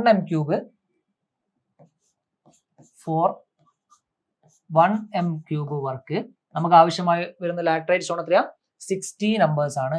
60 number of laterite stone നമുക്ക് 1 m³ ചെയ്യാൻ വേണ്ടി ആവശ്യമായിട്ടുണ്ട് അല്ലെ. നമുക്ക് ബേസിക് ആയിട്ട് അത് അറിഞ്ഞിരിക്കണം. ഇനി നമ്മൾ എന്ത് ചെയ്യണം, ഇത് എത്ര m³ വർക്കാണെന്ന് നോക്കണം. എത്ര വോളിയം ഓഫ് വർക്ക് എത്രയാ, നമുക്ക് ഇവിടെ ക്വസ്റ്റ്യനിൽ പറഞ്ഞിരിക്കുന്നത് ലെങ്ത് 10 ആണ്, ഹൈറ്റ് ഇൻറ്റു അതിന്റെ തിക്നെസ്. ഇത് ചെയ്താൽ നമുക്ക് എത്ര വോളിയം ഓഫ് ലാറ്ററൈറ്റ് വർക്ക് അവിടെ ഉണ്ടെന്നാണ്. 10x5 50 ആണ്, 50 × 0.3 എത്ര വരും, 15 m³ ലാറ്ററൈറ്റ് വർക്ക് അവിടെ ഉണ്ട് അല്ലെ. ഇനി 1 m³ 60 ആണെങ്കിൽ 15 m³ എത്രയായിരിക്കും, ഫോർ 15 m³ നമുക്ക് എങ്ങനെ കിട്ടുന്നത്, 15 × 60 ചെയ്താൽ മതി അല്ലെ. 15 × 60 ചെയ്താൽ നമുക്ക് വരുന്നത് 900 നമ്പേഴ്സ് ലാറ്ററൈറ്റ് സ്റ്റോൺ നമുക്ക് ആ വർക്ക് ചെയ്യാൻ ആവശ്യമുണ്ട്. ആൻസർ നമ്മുടെ ഓപ്ഷൻ ഡി 900 ആണ് നമുക്ക് ആവശ്യമായിട്ടുള്ളത്. ഓക്കെ, നമുക്ക് ബേസിക്കലി ഈ ഒരു വാല്യൂ മാത്രമാണ് അവിടെ അറിയേണ്ടത്. 1 m³ ലാറ്ററൈറ്റ് വർക്ക് ചെയ്യണമെങ്കിൽ നമുക്ക് എത്ര 60 നമ്പർ ഓഫ് ലാറ്ററൈറ്റ് സ്റ്റോൺ ആവശ്യമായിട്ടുണ്ട്. ഓക്കെ, ഇനി നമുക്ക് മറ്റ് കേസുകൾ അറിയാലോ. ബ്രിക്ക് വർക്കിന്റെ കേസിൽ 1 m³ ബ്രിക്ക് വർക്ക് ആണെങ്കിൽ അവിടെയുള്ള സ്റ്റാൻഡേർഡ് ബ്രിക്സിന്റെ എണ്ണം എത്രയായിരുന്നു, ഓർമ്മയുണ്ടോ? 1 m³ ബ്രിക്ക് വർക്ക് ആണെങ്കിൽ അവിടെയുള്ള സ്റ്റാൻഡേർഡ് ബ്രിക്സിന്റെ എണ്ണം 500 നമ്പേഴ്സ് ആണ്. ഇനിയിപ്പോൾ അത് ട്രഡീഷണൽ ബ്രിക്ക് വെച്ചിട്ടാണ് ചെയ്തതെങ്കിലോ, സ്റ്റാൻഡേർഡ് ബ്രിക്ക് ആണെങ്കിൽ 500 ആയിരിക്കും നമ്പർ. ട്രഡീഷണൽ ബ്രിക്ക് ആണെങ്കിൽ 1 m³ 460 നമ്പേഴ്സ് ഉണ്ടായിരിക്കും അല്ലെ. 460 നമ്പേഴ്സ് ഉണ്ടായിരിക്കും, 460 നമ്പേഴ്സ്. ഇനി ഒരു റീഎൻഫോഴ്സ്ഡ് ബ്രിക്ക് വർക്ക് ആണെന്ന് വെച്ചോ. റീഎൻഫോഴ്സ്ഡ് ബ്രിക്ക് വർക്ക് ആണെങ്കിൽ അവിടെ 420 നമ്പർ ഓഫ് ബ്രിക്സ് ഉണ്ടാവും. ഓക്കെ, ഈ 3 കേസും കൂടി ഓർമ്മയിൽ വെക്കുക. ബ്രിക്ക് വർക്കിന്റെ കേസിൽ സ്റ്റാൻഡേർഡ് ബ്രിക്ക് വെച്ചിട്ടാണ് ചെയ്തതെങ്കിൽ 500 നമ്പർ ഓഫ് ബ്രിക്ക് അവിടെ ഉണ്ടാവും. ട്രഡീഷണൽ ബ്രിക്ക് ആണെങ്കിൽ 460 നമ്പേഴ്സ് ഉണ്ടാവും. ഇനി റീഇൻഫോഴ്സ്ഡ് ബ്രിക്ക് വർക്ക് ആണെങ്കിൽ അവിടെ 420 ബ്രിക്സ് ഉണ്ടാവും. ഓക്കെ, ഈ 3 കേസും ഓർമ്മിച്ച് വെക്കുക. അതിന് പുറമെ നമ്മൾ ലാറ്ററൈറ്റിന്റെ കേസിലാണെങ്കിൽ 60 നമ്പർ ഓഫ് ലാറ്ററൈറ്റ് സ്റ്റോൺ ഉണ്ടാവും.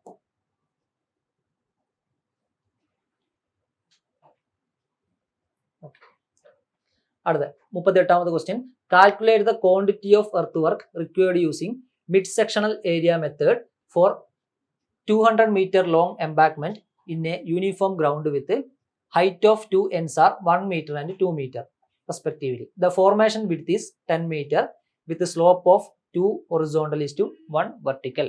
ഈ ഒരു കേസിൽ നമുക്ക് ക്വാണ്ടിറ്റി ഓഫ് എർത്ത് വർക്കാണ് കണ്ടുപിടിക്കുന്നത്. നമ്മൾ എംബാങ്ക്മെന്റിന്റെ ക്വാണ്ടിറ്റി ഓഫ് എർത്ത് വർക്കാണ് കണ്ടുപിടിക്കുന്നത്.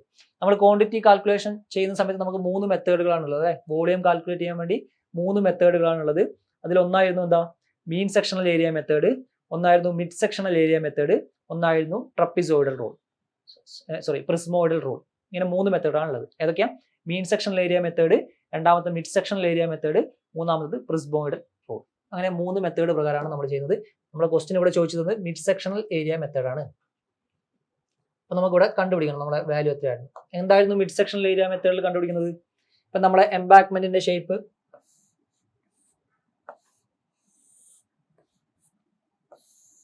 നമ്മളെ എംബാങ്ക്മെന്റ് ഈ ഒരു ഷേപ്പിലാണെന്ന് വെച്ചോ.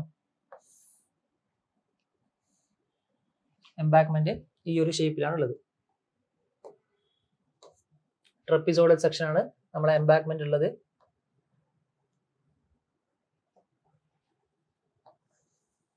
മിഡ് സെക്ഷണൽ ഏരിയ മെത്തേഡ് എന്ന് പറയുമ്പോൾ നമ്മൾ ഇതിന്റെ മിഡ് സെക്ഷന്റെ ഏരിയ ആണ് കൺസിഡർ ചെയ്യുന്നത് അല്ലെ. മിഡ് സെക്ഷന്റെ ഏരിയ കൺസിഡർ ചെയ്യുമ്പോൾ നമ്മൾ ആ മിഡ് സെക്ഷന്റെ ഡെപ്ത് എത്രയാണെന്നാണ് നോക്കുന്നത്. ഇപ്പൊ നമ്മൾ ഒന്നാമത്തെ ഫ്രണ്ട് പോർഷന്റെ ഡെപ്ത് D1 ആയിട്ടും ഇതിന്റെ ബാക്ക് പോർഷന്റെ ഡെപ്ത് D2 ആയിട്ടും എടുത്തു. അങ്ങനെയാണെങ്കിൽ നമ്മളിവിടെ എടുക്കുന്ന സെക്ഷൻ ഏതാ?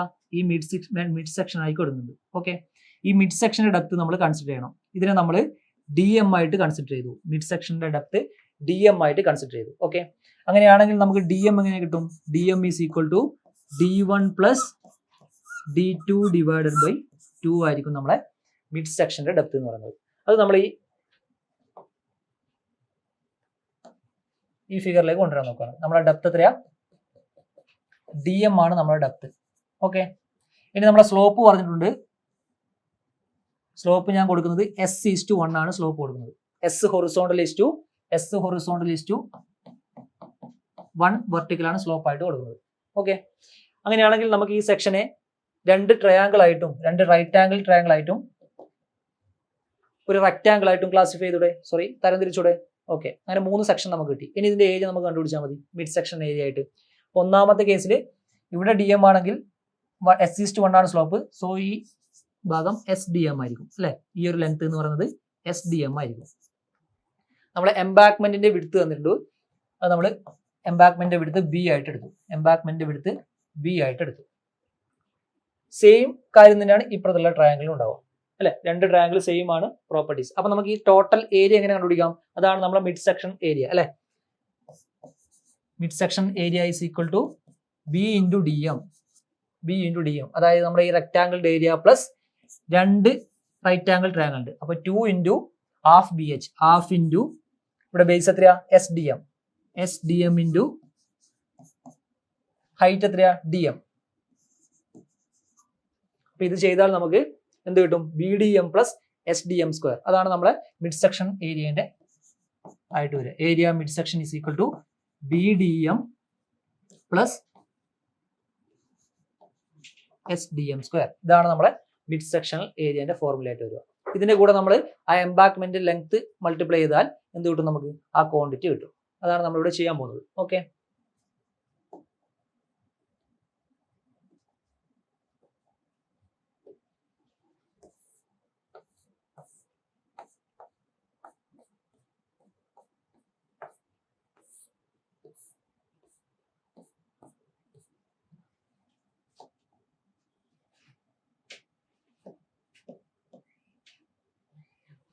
അപ്പൊ നമ്മൾ ക്വസ്റ്റ്യൻ ഒന്ന് നോക്കിയാലോ. ക്വസ്റ്റ്യനില് നമ്മളെ ഫ്രണ്ട് പോർഷന്റെ രണ്ട് എൻഡ്സ് ഉണ്ട്. ഫ്രണ്ട് പോർഷൻ 1 മീറ്ററും ബാക്ക് പോർഷൻ 2 മീറ്ററുമാണ് ഹൈറ്റ് എന്ന് പറഞ്ഞു അല്ലെ. അപ്പൊ നമുക്ക് ഇത് വെച്ചിട്ട് നമുക്ക് എന്താ ഇതിന്റെ ആവറേജ് നമ്മളെ ഈ മിഡ് സെക്ഷന്റെ ഹൈറ്റ് കണ്ടുപിടിക്കാം. മിഡ് സെക്ഷന്റെ ഹൈറ്റ് DM എന്തായിട്ട് വരും? DM is equal to D1 plus D2 divided by 2, അതായത് 1 പ്ലസ് 2 ഡിവൈഡഡ് ബൈ 2 ആയിട്ട് വരും അല്ലെ. ആൻസർ 1.5 ആയിട്ട് വരും. ഈ ഡെപ്ത് വെച്ചിട്ടായിരിക്കും നമ്മൾ മിഡ് സെക്ഷന്റെ ഏരിയ കണ്ടുപിടിക്കുന്നത്. മിഡ് സെക്ഷന്റെ ഏരിയ എങ്ങനെ കണ്ടുപിടിക്കാം? Area of mid section is equal to നമ്മൾ നേരത്തെ കണ്ടു ഫോർമുല എന്താ? BDM പ്ലസ് SDM സ്ക്വയർ ആണ് അല്ലെ. ബി എത്രയാ? നമുക്കിവിടെ ഫോർമേഷൻ വിഡ്ത്ത് തന്നിരിക്കുന്നത് 10 മീറ്റർ ആണ്. അപ്പൊ ബിന്റെ വാല്യൂ 10 മീറ്റർ ആണ്. 10 ഇൻറ്റു DM നമുക്ക് കിട്ടിയ DM 1.5 ആണ് പ്ലസ് SDM സ്ക്വയർ. S എന്താ സ്ലോപ്പ് നമ്മൾ എടുത്തത്? S horizontal is to 1 vertical ആണ് നമ്മുടെ സ്ലോപ്പ് അവിടെ കൺസിഡർ ചെയ്തത്. അപ്പൊ ഇവിടെ സ്ലോപ്പ് എത്രയാണ്? 2 ഹൊറിസോണ്ടൽ ഈസ് ടു 1 വെർട്ടിക്കൽ. അപ്പൊ എസിന്റെ പകരം എത്ര? 2 സബ്സ്റ്റിറ്റ്യൂട്ട് ചെയ്യണം. 2 ഇൻറ്റു DM സ്ക്വയർ 1.5 സ്ക്വയർ. ഇത് ചെയ്താൽ നമുക്ക് മിഡ് സെക്ഷന്റെ ഏരിയ കിട്ടും. മിഡ് സെക്ഷന്റെ ഏരിയ 15 പ്ലസ് 4.5. 2 ഇൻറ്റു 1.5 സ്ക്വയർ എന്ന് വെച്ചാൽ 4.5 വരും അല്ലെ. 1.5 സ്ക്വയർ 2.25. 2.25 ഇൻറ്റു 2 4.5 വരും. 15 പ്ലസ് 4.5 എത്രയാ? 19.5 m സ്ക്വയർ ആണ് നമുക്ക് ആ മിഡ് സെക്ഷന്റെ ഏരിയ കിട്ടുക. ഇനി ആ മിഡ് സെക്ഷന്റെ area into length of the embankment ചെയ്താൽ നമുക്ക് എന്ത് കിട്ടും? വോളിയം കിട്ടും. അപ്പോൾ volume is equal to 19.5 into length of the embankment. Length of the embankment question എത്ര വന്നിട്ടുണ്ട്? 200. നമ്മുടെ വാല്യൂ എത്ര വരും? 3900 m³ വരും. നമ്മുടെ ഓപ്ഷൻ ഡി 3900 ക്യൂബിക് മീറ്റർ. ഇതാണ് നമ്മുടെ ഓപ്ഷൻ ആയിട്ട് വരും. ഓക്കെ, ഇതാണ് നമ്മുടെ മിഡ് സെക്ഷണൽ ഏരിയ മെത്തേഡ് വഴി ക്വാണ്ടിറ്റി കാൽക്കുലേറ്റ് ചെയ്യുന്ന പ്രോബ്ലം. ഓക്കെ, ഓർമ്മയിൽ വെക്കുക.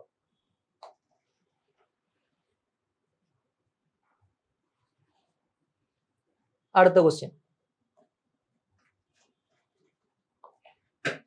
The unit weight of 20 mm diameter of steel bar is 20 mm diameter steel barന്റെ യൂണിറ്റ് വെയിറ്റ് എത്രയാണെന്നാണ് നമ്മുടെ ചോദ്യം അല്ലെ. Option A 1.88 kilogram per metre ആണ്. Option B 0.88 kilogram per metre ആണ്. Option C 2.14 kilogram per metre ആണ്. Option D 2.47 kilogram per metre ആണ്. നമുക്ക് unit weight of steel bar കണ്ടുപിടിക്കുന്ന ഒരു ഇക്വേഷൻ അറിയാമല്ലോ. എന്താണ് equation? Unit weight of steel bar is equal to d square divided by 162. Unit weight of steel bar is equal to d square divided by 162. ഇവിടെ d എന്താ? d is the diameter in mm.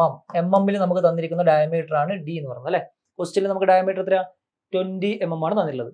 അപ്പൊ എത്ര വരും? 20 square into 20 square divided by 162 ആയിരിക്കും നമ്മുടെ answer ആയിട്ട് വരിക. 2.47 ആണ് ഇതിന്റെ answer. 2.47 kilogram per metre. 2.47 kilogram per metre ആണ് ഇതിന്റെ ആൻസർ. ഈ ഇക്വേഷൻ ഓർമ്മിച്ച് വെക്കുക. Unit weight of steel bar d square divided by 162. Direct ആയിട്ട് നമുക്ക് ഈ ഇക്വേഷൻ ചോദിക്കാം. ഓക്കെ, ഇതിനെ നമുക്ക് അല്ലാതൊരു ഇക്വേഷൻ ഉണ്ട്. ഓർ ഇതിനെ ഡിവൈഡ് 1/162 ചെയ്താൽ 0.00617 d സ്ക്വയർ എന്ന് വരും. ഈ ഇക്വേഷൻ വേണമെങ്കിലും പഠിക്കാം. ആ 1/162 ചെയ്താൽ 0.00617 d സ്ക്വയർ എന്ന് വരും. ഈ രണ്ട് ഇക്വേഷനും ഓർമ്മിച്ച് വെക്കുക. യൂണിറ്റ് വെയിറ്റ്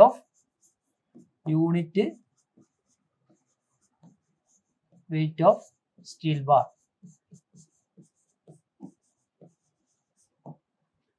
ഓക്കെ, പറ്റുമെങ്കിൽ നിങ്ങൾ കുറച്ച് വാല്യൂസ് ഒക്കെ കാണാപ്പാടം പഠിച്ചു വെച്ചാൽ നമുക്ക് കാൽക്കുലേഷന്റെ ടൈം ലാഭിക്കാം. ഈ ഒരു ഭാഗത്ത് അല്ലെ 6 mm-ന്റെയും 10 mm-ന്റെയും 8 mm-ന്റെയും 12 mm-ന്റെ ഒക്കെ വാല്യൂ കാണാതെ പഠിച്ചു വെച്ചാൽ നമുക്ക് കാൽക്കുലേഷൻ ഇല്ലാതെ തന്നെ പെട്ടെന്ന് ഈ വാല്യൂ ചെയ്യാൻ പറ്റും. ഓക്കെ, സ്ഥിരമായിട്ട് നമുക്ക് എക്സാമിന് വരുന്ന ക്വസ്റ്റൻ ആണിത്. ആൻസർ ഇതിലെ 2.47 കിലോഗ്രാം പെർ മീറ്റർ ആണ്. അടുത്ത question, the approximate number of masons required for പ്ലാസ്റ്ററിംഗിന്റെ തിക്നെസ് 12 mm എന്ന് പറഞ്ഞിട്ടുണ്ട്. A wall for one side having a length of 25 metre and height 3 metre.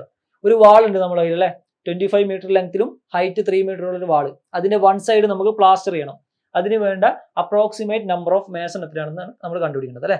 Option തന്നിട്ടുണ്ട്. A 3 ആണ്, B 5 ആണ്, C 6 ആണ്, D 10 ആണ്. എത്ര മാസൺ വേണം? അപ്പൊ നമ്മൾ എന്ത് ചെയ്യണം? നമുക്ക് ഇവിടെ അറിഞ്ഞിരിക്കേണ്ടത് ആകെ ഒരു കൺസെപ്റ്റ് മാത്രമേ ഉള്ളൂ. അത് നമുക്ക് മനസ്സിലായാൽ എന്താ പെട്ടെന്ന് ഇത് ചെയ്യാൻ പറ്റും. എന്താ ഇവിടെ കൺസെപ്റ്റ്? നമ്മളെ ടാസ്ക് വർക്ക് എന്ന കൺസെപ്റ്റ് ആണ് അല്ലെ. For 12 mm square plastering, 12 mm square പ്ലാസ്റ്ററിംഗിന് ടാസ്ക് വർക്ക് എത്രയായിരുന്നു വരുന്നത്? 8 m സ്ക്വയർ അല്ലെ. ഒരു മേസൺ ഒരു ദിവസം 8 m സ്ക്വയർ ചെയ്തിരിക്കണം. 12 mm പ്ലാസ്റ്ററിംഗ് ആണെങ്കിൽ ഒരു മേസൺ ഒരു ദിവസം 8 m സ്ക്വയർ ചെയ്തിരിക്കണം. ഈ ഒരു കൺസെപ്റ്റ് വെച്ചിട്ടാണ് നമ്മൾ ചെയ്യുന്നത്. നമുക്ക് ഇവിടെ ഒരു വാൾ തന്നിട്ടുണ്ട്. വാളിന്റെ ലെങ്ത് എത്രയാ? വാളിന്റെ ലെങ്ത് 25 മീറ്റർ ആണ്. വാളിന്റെ ഹൈറ്റ് 3 മീറ്റർ ആണ് അല്ലെ. അപ്പൊ നമുക്ക് ഒരു സൈഡിൽ മാത്രമേ പ്ലാസ്റ്റർ ചെയ്യേണ്ടൂ. അപ്പൊ ടോട്ടൽ എത്ര ഏരിയ പ്ലാസ്റ്റർ ചെയ്യണം? ഏരിയ ഓഫ് പ്ലാസ്റ്ററിംഗ്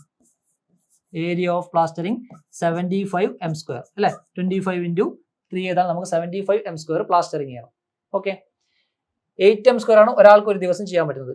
അപ്പോൾ ഓട്ടോമാറ്റിക് ആയിട്ട് 9 നമ്പർ ഓഫ് ആൾക്കാർ ഉണ്ടെങ്കിൽ നമുക്ക് 9 × 8 72 m സ്ക്വയർ ഒരു ദിവസം തീർക്കാൻ പറ്റും. ഒരു ദിവസം കൊണ്ട് 8 m സ്ക്വയർ ആണ് ഒരാൾക്ക് ചെയ്യാൻ പറ്റുന്നത്. അങ്ങനെ 9 നമ്പർ ഓഫ് മേസൺ ഉണ്ടെങ്കിൽ എത്ര? 9 × 8 72 m സ്ക്വയർ കംപ്ലീറ്റ് ആക്കാൻ പറ്റും. നമുക്ക് എത്ര കംപ്ലീറ്റ് ആക്കണം? 75 കംപ്ലീറ്റ് ആക്കണം അല്ലെ. 9 ആളുണ്ടെങ്കിൽ പറ്റില്ല. 9 കടം കുറച്ചുകൂടി കൂടിയൊരു വാല്യൂ ഏതാ? Option D 10. ആകെ നമുക്ക് അറിഞ്ഞിരിക്കേണ്ടത് ഇവിടെ ടാസ്ക് വർക്ക് എന്ന കൺസെപ്റ്റ് മാത്രമാണ്. ഓക്കെ, ടാസ്ക് വർക്ക് എന്ന കൺസെപ്റ്റ് അറിയണം. 12 mm പ്ലാസ്റ്ററിംഗിന് എത്രയാണ് ടാസ്ക് വർക്ക്? 8 m സ്ക്വയർ ആണ് ടാസ്ക് വർക്ക്. നമ്മളിവിടെ പറഞ്ഞിരിക്കുന്നത് 75 m സ്ക്വയർ ഏരിയ ആണ്. 75 m സ്ക്വയർ ഏരിയ ആണെങ്കിൽ നമുക്ക് എത്രയാ? 9 point something മേസൺ ആവശ്യമായിട്ട് വരും അല്ലെ. നമുക്ക് എടുക്കാൻ പറ്റുന്ന ഓപ്ഷൻ ഏതാ? ഓപ്ഷൻ ഡി 10 ആയിട്ട് എടുക്കാം. ഓക്കെ, അപ്പൊ ടാസ്ക് വർക്കിന്റെ കേസിൽ ഈ രീതിയിലും പ്രോബ്ലം ചോദിക്കാമെന്ന് അറിഞ്ഞിരിക്കുക. ഡിഫറെന്റ് ആയിട്ടുള്ള കുറെ ടാസ്ക് വർക്കിന്റെ ക്വാണ്ടിറ്റികളുണ്ട്. അപ്പൊ അത് വെച്ചിട്ട് ഈ രീതിയിലും വേണമെങ്കിൽ ക്വസ്റ്റ്യൻ ചോദിക്കാം. ഡയറക്റ്റ് ആയിട്ട് വാല്യൂ ചോദിക്കാതെ ഇങ്ങനെയും ചോദ്യം ചോദിക്കാം. ഓക്കെ, അടുത്ത IS കോഡ് 1200. നമ്മുടെ എസ്റ്റിമേഷന്റെ ഭാഗമായിട്ട് വരുന്ന ആകെ ഒരു IS കോഡാണുള്ളത്. നമുക്ക് ടെക്സ്റ്റിലൊക്കെ സാധാരണ കാണുന്ന ഒരു IS കോഡാണ്. എസ്റ്റിമേഷന്റെ ചാപ്റ്ററിൽ എന്താ IS 1200. ഈ IS കോഡിന്റെ കോഡും ഓർമ്മിച്ച് വെക്കുക. എന്താണ് ഈ IS കോഡ് പറയുന്നത്? Method of measurement of building and civil engineering work. ഇത് വെച്ച് പറയുന്ന IS കോഡ് ഏതാ? IS 1200 ആണ്. ഇതിന്റെ പാർട്ട് 1 എന്ത് വെച്ചാണ് ഡീൽ ചെയ്യുന്നത്? ഇതിന് കുറെ പാർട്സ് ഉണ്ട്. അതിനകത്ത് പാർട്ട് 1 എന്തിനാണ് ഡീൽ ചെയ്യുന്നതാണ് ചോദിക്കുന്നത്. ബ്രിക്ക് വർക്ക് ആണോ, സ്റ്റോൺ വർക്ക് ആണോ, കോൺക്രീറ്റ് വർക്ക് ആണോ, എർത്ത് വർക്ക് ആണോ? പാർട്ട് 1 ഡീൽ ചെയ്യുന്നത് എർത്ത് വർക്കിനെ പറ്റിയാണ്. IS 1200ന്റെ പാർട്ട് 1 ഡീൽ ചെയ്യുന്നത് നമ്മളെ എർത്ത് വർക്കാണ്. ഓക്കെ, അങ്ങനെയാണെങ്കിൽ നമുക്ക് പാർട്ട് 1 ആണ് എർത്ത് വർക്ക്. പാർട്ട് 1 ആണ് നമ്മളെ എർത്ത് വർക്ക് എന്ന് പറയുന്നത്. ഇതിന്റെ പാർട്ട് 2 എന്തായിരിക്കും? കോൺക്രീറ്റ് വർക്ക് ആയിരിക്കും കേട്ടോ. പാർട്ട് 2 ആണ് concrete work. Part 2 concrete work ആണ്. പാർട്ട് 3 ആണ് ബ്രിക്ക് വർക്ക്. പാർട്ട് 3 ആണ് ബ്രിക്ക് വർക്ക്. പാർട്ട് 4 ആണ് നമ്മളെ സ്റ്റോൺ വർക്ക്. പാർട്ട് 4 ആണ് നമ്മളെ സ്റ്റോൺ വർക്ക്.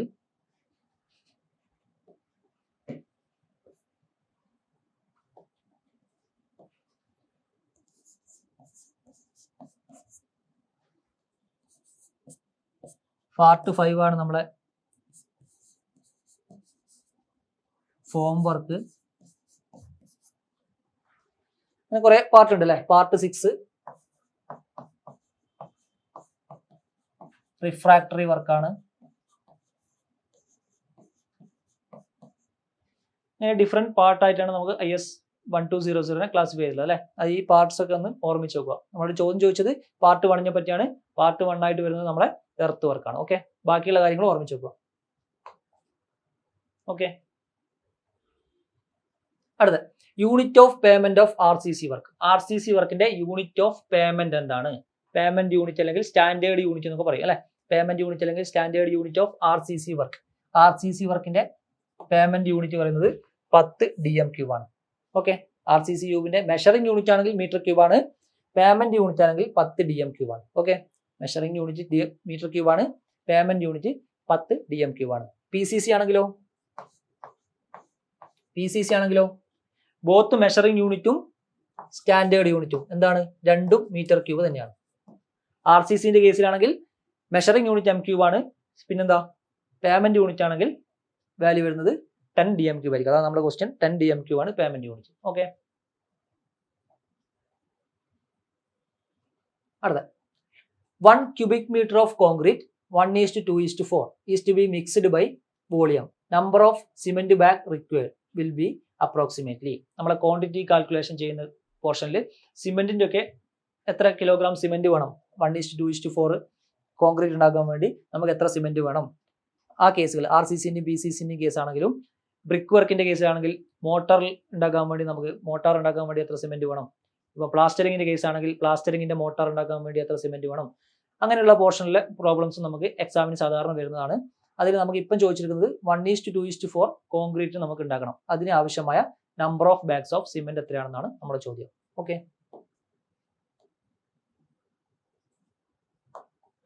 നമ്മളിത് എങ്ങനെയാണ് ഈ പ്രോബ്ലം അപ്രോച്ച് ചെയ്യുന്നത്? നമുക്ക് ആദ്യം ഉണ്ടാക്കേണ്ടത് 1 cubic meter ഓഫ് കോൺക്രീറ്റ് ആണ്. അതിനെ നമ്മൾ wet volume is equal to 1 m³. നമുക്ക് 1 m³ കോൺക്രീറ്റ് ഉണ്ടാക്കണം 1:2:4 അല്ലെ. അപ്പോൾ 1 m³ ഉണ്ടാക്കാൻ വേണ്ടി നമ്മൾ ഡ്രൈ ആയിട്ട് സിമെന്റും സാൻഡും കോസ് അഗ്രിഗേറ്റ് ഒക്കെ 1 m³ തന്നെ എടുത്താൽ മതിയോ? പോരാ അല്ലെ, അത് കുറച്ചും കൂടി അധികം ക്വാണ്ടിറ്റി എടുക്കേണ്ടി വരും അല്ലെ. അതിനുവേണ്ടി നമ്മൾ ഡ്രൈ വോളിയം ഫാക്ടർ എന്ന് പറഞ്ഞൊരു ടേം അവിടെ ഇൻട്രൊഡ്യൂസ് ചെയ്തു. കോൺക്രീറ്റിന്റെ കേസിലാണെങ്കിൽ ഡ്രൈ വോളിയം ഫാക്ടർ, സിമെന്റ് കോൺക്രീറ്റിന്റെ കേസിലാണെങ്കിൽ ഡ്രൈ വോളിയം ഫാക്ടർ നമ്മൾ 1.54 ആയിരുന്നു എടുക്കുന്നത്. മോട്ടാറിന്റെ കേസിൽ നമ്മൾ എടുക്കുന്ന ഡ്രൈ വോളിയം ഫാക്ടർ 1.33 ആണ് അല്ലെ. കോൺക്രീറ്റിന്റെ കേസിൽ 1.54 ആണ്. മോട്ടാറിന്റെ കേസിൽ 1.33 ആണ് നമ്മൾ എടുക്കുന്ന വാല്യൂ. ഓക്കെ, ഇനി നമ്മൾ ഇതിനെ ഡ്രൈ വോളിയത്തിലേക്ക് മാറ്റാൻ വേണ്ടി 1 × 1.54 കൊണ്ട് മൾട്ടിപ്ലൈ ചെയ്യണം അല്ലെ. അപ്പൊ എത്ര m³ വരും? 1.54 m³ വരും. അപ്പൊ നമ്മൾ ടോട്ടൽ ഉള്ള മോട്ടാർ ഇവിടെ 1.54 m³ ആണ്. ഈ 1.54 m³ മോട്ടാറിൽ എത്ര സിമെന്റ് ഉണ്ട് ഈ മോട്ടാർ ഉണ്ടാക്കാൻ വേണ്ടി നമുക്ക് എത്ര സിമെന്റ് ആവശ്യമുണ്ടെന്നാണ് നമ്മുടെ ചോദ്യം. അപ്പൊ നമ്മളെ പ്രൊപ്പോർഷൻ 1:2:4 ആണ് പറഞ്ഞത്. 1:2:4 അല്ലെ. 1:2:4 എന്ന് പറയുമ്പോൾ നമുക്ക് ഇവിടെ 7 പാർട്സ് ഉണ്ട് അല്ലെ. 1 2 3 4 5 6 7 1 2 3 4 5 6 7. ഓക്കെ, ഇതിൽ ഒരു പാർട്ടാണ് നമ്മളെ സിമെന്റ്. രണ്ട് പാർട്ടാണ് നമ്മളെ ഫൈൻ അഗ്രിഗേറ്റ് എന്ന് പറയുന്നത്. 2 പാർട്ടാണ്.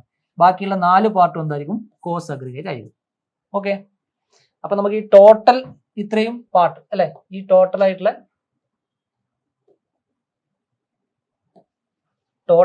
ഇത്രയും പാർട്ടായിരിക്കും നമ്മളെ കോൺക്രീറ്റ് എന്ന് പറയുന്നത്. നമ്മൾ കോൺക്രീറ്റ് ടോട്ടൽ ആയിട്ട് ഇത്രയും വോളിയത്തിലായിരിക്കും ഉണ്ടാവുക. അതിന്റെ വാല്യൂ എത്ര നമുക്ക് കിട്ടി? 1.54. ഈ വാല്യൂ ആണ് 1.54. ഈ 1.54 m³ എത്ര ഭാഗമാണ് നമ്മുടെ സിമെന്റ്? ടോട്ടൽ നമുക്ക് 7 പാർട്ട് ഉണ്ട്, അതിൽ 1 പാർട്ട് മാത്രമാണ് സിമെന്റ് അല്ലെ. അപ്പൊ സിമെന്റിന്റെ വോളിയം എങ്ങനെ കണ്ടുപിടിക്കാം? നമുക്ക്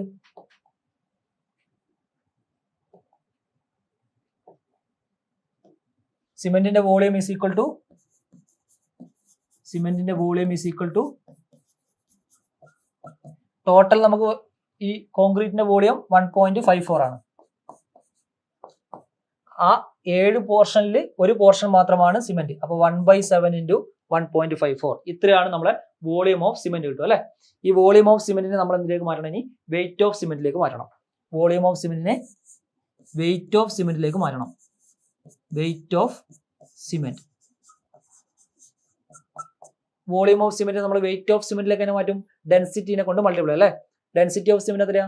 1440 കിലോഗ്രാം പെർ മീറ്റർ ക്യൂബ്. അപ്പൊ 1/7 × 1.54 × 1440. അപ്പൊ ഇത്രയും കിലോഗ്രാം ഓഫ് സിമെന്റ് ആയിരിക്കും നമുക്ക് ആവശ്യമായിട്ട് വരിക. ഇത് നമുക്ക് എന്താ ബാഗിലേക്ക് നമ്പർ ഓഫ് ബാഗ്സിലേക്കാണ് മാറ്റുന്നത്. അപ്പൊ നമുക്ക് ഈ കിട്ടുന്ന വാല്യൂവിനെ നമ്പർ ഓഫ് ബാഗ്സിലേക്ക് മാറ്റണം. Number of bags. Number of bags. Number of ബാഗ്സിലേക്ക് നമ്മൾ എങ്ങനെ മാറ്റുക? Divided by 50. ഒരു ബാഗിന്റെ വെയിറ്റ് എത്രയാ? 50 കിലോഗ്രാം ആണ് അല്ലെ. അപ്പോൾ ഈ കിട്ടിയ കിലോഗ്രാമിന് നമ്മൾ 50 കൊണ്ട് ഡിവൈഡ് ചെയ്യാം. 50 കൊണ്ട് ഡിവൈഡ് ചെയ്യുമ്പോൾ നമുക്ക് 6 പോയിന്റ് സംതിങ് ആണ് വാല്യൂ കിട്ടുക. 6.3 സംതിങ് വാല്യൂ ആണ് കിട്ടുന്നത്. അപ്പൊ നമ്മൾ 6.3 ബാഗ്സ് എന്ന് പറയാൻ പറ്റില്ല അല്ലെ. അപ്പൊ അതിലേക്കാണ് കൂടുതൽ ബാഗ് വേണം. 6-നെക്കാളും കൂടുതൽ വാല്യൂ വേണം. അപ്പൊ നമ്മൾ എന്താ 7 ആയിട്ട് ഓപ്ഷൻ എടുക്കേണ്ടി വരും. ഓക്കെ, 7 ബാഗ്സ് നമുക്ക് വേണം. ഓക്കെ, ഇത് ചെയ്താൽ നമുക്ക് കിട്ടുന്നത് വാല്യൂവിനെ ടോട്ടൽ വെയിറ്റിനെ നമ്മൾ 50 കൊണ്ട് ഡിവൈഡ് ചെയ്യണം. 50 കൊണ്ട് ഡിവൈഡ് ചെയ്താൽ നമുക്ക് വരാൻ പോകുന്നത് 6.3 സംതിങ് ആണ് വാല്യൂ വരാൻ പോകുന്നത്. അപ്പോൾ 6.3 ബാഗ്സ് എന്ന് പറയുമ്പോൾ നമ്മൾ ഓപ്ഷൻ 7 ബാഗ് ആയിട്ട് എടുക്കണം. ഓക്കെ, 6-നെക്കാളും കൂടുതൽ നമ്പർ ഓഫ് ബാഗ്സ് വേണം. നമ്മൾ ഓപ്ഷൻ 7 ആയിട്ട് എടുക്കണം. ഓക്കെ, ഇങ്ങനെയാണ് നമ്മൾ ഈ പ്രോബ്ലം അപ്രോച്ച് ചെയ്യുന്നത്. Quantity of cement in kilogram required four plastering 10 m² if 12 mm thick and 1 coat is using 1.4 mortar mix is the quantity of cement in kilogram required for plastering. Plastering ചെയ്യാൻ വേണ്ടി നമുക്ക് ആവശ്യമായ quantity of cement എത്രയാണ്? എന്താണ് plastering? 10 m² ആണ് ഏരിയയിലാണ് plastering ചെയ്യേണ്ടത്. Thickness എത്രയാ? 12 mm തിക്നെസ് ആണ്. ഓക്കെ, ഈ കേസിൽ നമുക്ക് 1:4 മോട്ടാർ ആണ് യൂസ് ചെയ്തിട്ടുള്ളത്. നമുക്ക് ആവശ്യമായ സിമെന്റിന്റെ വെയിറ്റ് ആണ് അറിയേണ്ടത്. ഇതും നമുക്ക് എങ്ങനെ ചെയ്യണം? സെയിം മെത്തേഡ് തന്നെയാണ് നമ്മൾ അപ്രോച്ച് ചെയ്യുന്നത് അല്ലെ. അതിനുവേണ്ടി നമ്മൾ ആദ്യം വോളിയം എത്രയാണെന്ന് കണ്ടുപിടിക്കണം. ഇവിടെ നമുക്ക് വോളിയം തന്നിട്ടില്ല അല്ലെ. പ്ലാസ്റ്ററിംഗിന്റെ ഏരിയയും തന്നിട്ടുണ്ട്, തിക്നെസ്സും കണ്ടിട്ടുണ്ട്. അപ്പൊ നമുക്ക് പ്ലാസ്റ്ററിംഗിന്റെ വോളിയം കണ്ടുപിടിക്കാലോ. പ്ലാസ്റ്ററിംഗ് എത്ര വോളിയത്തിലാണ് ഉണ്ടാവുക? പ്ലാസ്റ്ററിംഗ് വോളിയം അല്ലെ. ടോട്ടൽ ഏരിയ 10 m² ആണ്. തിക്നെസ് 12 mm ആണ്. 12 mm നമ്മൾ മീറ്ററിലേക്കാണ് എന്ത് ചെയ്യണം? 12 ഡിവൈഡഡ് ബൈ 1000 ചെയ്യണം. ഇത് ചെയ്താൽ നമുക്ക് 0.12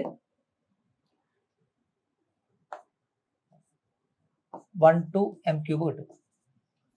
ഇത്രയും m³ എന്താ മോട്ടാർ നമുക്ക് ആവശ്യമാണ്. Wet volume. ഇത് വെറ്റ് വോളിയം ആണ്. Wet volume of plastering. Wet volume of plastering ആണ്. ഓക്കെ, ഇതിനെ നമ്മൾ എന്ത് ചെയ്യണം? ഡ്രൈ വോളിയത്തിലേക്ക് മാറ്റണം അല്ലെ. ഡ്രൈ വോളിയത്തിലേക്ക് മാറ്റണം. ഡ്രൈ വോളിയത്തിലേക്ക് മാറ്റാൻ വേണ്ടി ഞാൻ നേരത്തെ പറഞ്ഞു ഇവിടെ ഇൻട്രൊഡ്യൂസ് ചെയ്യുന്ന ഡ്രൈ വോളിയം ഫാക്ടർ എത്രയാണ്? മോട്ടാറിന്റെ കേസിൽ 1.33 ആയിരുന്നു. അപ്പോൾ 0.12 × 1.33 ഇത്രയും m³ ആയിരിക്കും നമ്മളെ ഡ്രൈ വോളിയം ആയിട്ട് വരുന്നത്. ഓക്കെ, ഇനി നമ്മൾ യൂസ് ചെയ്യുന്ന പ്രൊപ്പോർഷൻ എത്രയാ? 1:4. അപ്പൊ നേരത്തെ കണ്ട പോലെ 5 പാർട്സ് 1 2 3 4 5 ഇങ്ങനെ 5 പാർട്സ് ആയിട്ട് മുറിച്ചാൽ 1 പാർട്ടിലായിരിക്കും നമുക്ക് സിമെന്റ് ഉണ്ടാവുക. ഇതിൽ 4 പാർട്ടിലായിരിക്കും നമുക്ക് എന്തുണ്ടാവുക? ഫൈൻ അഗ്രിഗേറ്റ് ഉണ്ടാവുക, അല്ലെങ്കിൽ നമ്മുടെ സാൻഡ് ഉണ്ടാവുക അല്ലെ. ടോട്ടൽ ആയിട്ട് ഇത് കംപ്ലീറ്റ് ആണ് നമ്മളെ എന്ത് മോട്ടാർ എന്ന് പറയുന്നത്. ഇത് കംപ്ലീറ്റ് ആണ് നമ്മുടെ മോട്ടാർ. ഈ മോട്ടാറിന്റെ വോളിയം നമുക്ക് ഇത്രയാണെന്ന് തന്നിട്ടുണ്ട് അല്ലെ. ഈ കംപ്ലീറ്റ് ആണ് നമുക്ക് 1.33 × 0.12 എന്ന ടേം വരുന്നത്. അപ്പൊ ഇതിനകത്ത് സിമെന്റിന്റെ വോളിയം എത്രയായിരിക്കും? ടോട്ടൽ നമുക്ക് 5 പോർഷൻ ഉള്ളത്. അതിൽ ഒരു പോർഷൻ മാത്രമേ സിമെന്റ് ഉള്ളൂ. Volume of cement. Volume of cement നമ്മുടെ മോട്ടാറിന്റെ ഡ്രൈ വോളിയത്തിൽ നിന്ന് വോളിയം ഓഫ് സിമെന്റിലേക്ക് മാറ്റി. അങ്ങനെയാണെങ്കിൽ 1/5 ഓഫ് 0.12 × 1.33 ആയിരിക്കും നമ്മുടെ വോളിയം ഓഫ് സിമെന്റ് വരുന്നത്. ഇനി ഈ വോളിയം ഓഫ് സിമെന്റ് നമ്മൾ എന്താക്കണം? വെയിറ്റ് ഓഫ് സിമെന്റിലേക്ക് മാറ്റണം. Weight of cement. Weight of cement. വോളിയത്തിനെ നമുക്ക് വെയിറ്റ് ആക്കാൻ വേണ്ടി ഡെൻസിറ്റിനെ കൊണ്ട് മൾട്ടിപ്ലൈ ചെയ്യണം അല്ലെ. 1/5 × 0.12 × 1.33 × 1440. ഇതാണ് നമുക്ക് വരിക. നമുക്ക് ഫൈനൽ ആൻസർ ആയിട്ട് 46 കിലോഗ്രാം ആയിട്ട് കിട്ടും. ഇത് ചെയ്താൽ നമുക്ക് 46 കിലോഗ്രാം കിട്ടും. ആൻസർ 46 കിലോഗ്രാം ആൻസർ കിട്ടും. ഓക്കെ, സിമ്പിൾ ആണ്. ആദ്യം പ്ലാസ്റ്ററിങ്ങിന്റെ വെറ്റ് വോളിയം കണ്ടുപിടിക്കുക. വെറ്റ് വോളിയം കണ്ടുപിടിക്കാൻ വേണ്ടി ഏരിയ ഇൻറ്റു പ്ലാസ്റ്ററിങ്ങിന്റെ തിക്നെസ് മൾട്ടിപ്ലൈ ചെയ്യാം. അപ്പോൾ വെറ്റ് വോളിയം ആയിട്ട് നമുക്ക് കിട്ടും വാല്യൂ. അതിനുശേഷം എന്ത് ചെയ്യും, ട്രൈ വോളിയം കണ്ടുപിടിക്കാൻ വേണ്ടി നമ്മൾ എന്താ ട്രൈ വോളിയം ഫാക്ടറായ 1.33 കൊണ്ട് മോട്ടറിന്റെ ട്രൈ വോളിയം ഫാക്ടറായ 1.33 കൊണ്ട് മൾട്ടിപ്ലൈ ചെയ്യും. നമുക്ക് ഡ്രൈ വോളിയം ഓഫ് മോട്ടാർ കിട്ടും. ഇനി ഡ്രൈ വോളിയം ഓഫ് മോട്ടാറാണ് നമുക്ക് ഇത്രയും 1:4 പ്രൊപ്പോർഷനിൽ കംപ്ലീറ്റ് ആയിട്ടുള്ളത്. അതിന്റെ 1/1 പോർഷൻ മാത്രമായിരിക്കും, അതായത് 5 പോർഷനിൽ 1 പോർഷൻ മാത്രമായിരിക്കും നമ്മുടെ സിമെന്റ്. അപ്പൊ സിമെന്റിന്റെ വോളിയം എങ്ങനെ കിട്ടും, 1/5 ഓഫ് നമ്മളെ ട്രൈ വോളിയത്തിന്റെ വാല്യൂ. ഇനി അതിനെ നമ്മൾ എന്താ വെയിറ്റിലേക്ക് മാറ്റണം. നമ്മൾ ചോദിച്ചിരിക്കുന്നത് വെയിറ്റ് ഓഫ് സിമെന്റ് ആണ് ചോദിച്ചിരിക്കുന്നത് in kilogram. Quantity of cement in kilogram wait ആണ് ചോദിച്ചിരിക്കുന്നത്. അതിനുവേണ്ടി നമ്മൾ എന്താ ഡെൻസിറ്റിനെ കൊണ്ട് മൾട്ടിപ്ലൈ ചെയ്തു. നമുക്ക് കിട്ടുന്ന വാല്യൂ ആയിരിക്കും 46 എന്ന് പറയുന്ന വാല്യൂ. 46 കിലോഗ്രാം ആയിരിക്കും നമ്മുടെ ആൻസർ. 46 കിലോഗ്രാം ആണ് നമ്മുടെ ആൻസർ. ഇതാണ് നമ്മളെ പ്ലാസ്റ്ററിംഗ് ആയിട്ട് ബന്ധപ്പെട്ട് സിമെന്റിന്റെ വാല്യൂ കാൽക്കുലേറ്റ് ചെയ്യുന്ന പ്രോബ്ലം.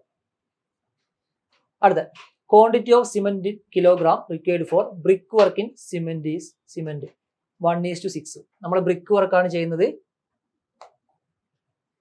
നമ്മൾ യൂസ് ചെയ്യുന്നത് 1:6 എന്ന മോട്ടറാണ്. Quantity of cement kilogram required for brick work. Brick വർക്കിൽ നമുക്ക് എത്ര സിമെന്റ് ഉണ്ടെന്നാണ് കണ്ടുപിടിക്കുന്നത്. നമ്മൾ ആദ്യം നോക്കിയത് RCCന്റെ കേസ് അല്ലെങ്കിൽ കോൺക്രീറ്റിന്റെ കേസ്, രണ്ടാമത് നോക്കിയത് പ്ലാസ്റ്ററിങ്ങിന്റെ കേസ്. ഇനി നമുക്ക് ക്വസ്റ്റ്യൻ എന്താ, ബ്രിക്ക് വർക്കിന്റെ കേസിൽ നമുക്ക് എത്ര സിമെന്റ് വേണം. ഓപ്ഷൻ ഉണ്ട് 48, രണ്ട് ഓപ്ഷൻ 48 കേട്ടോ.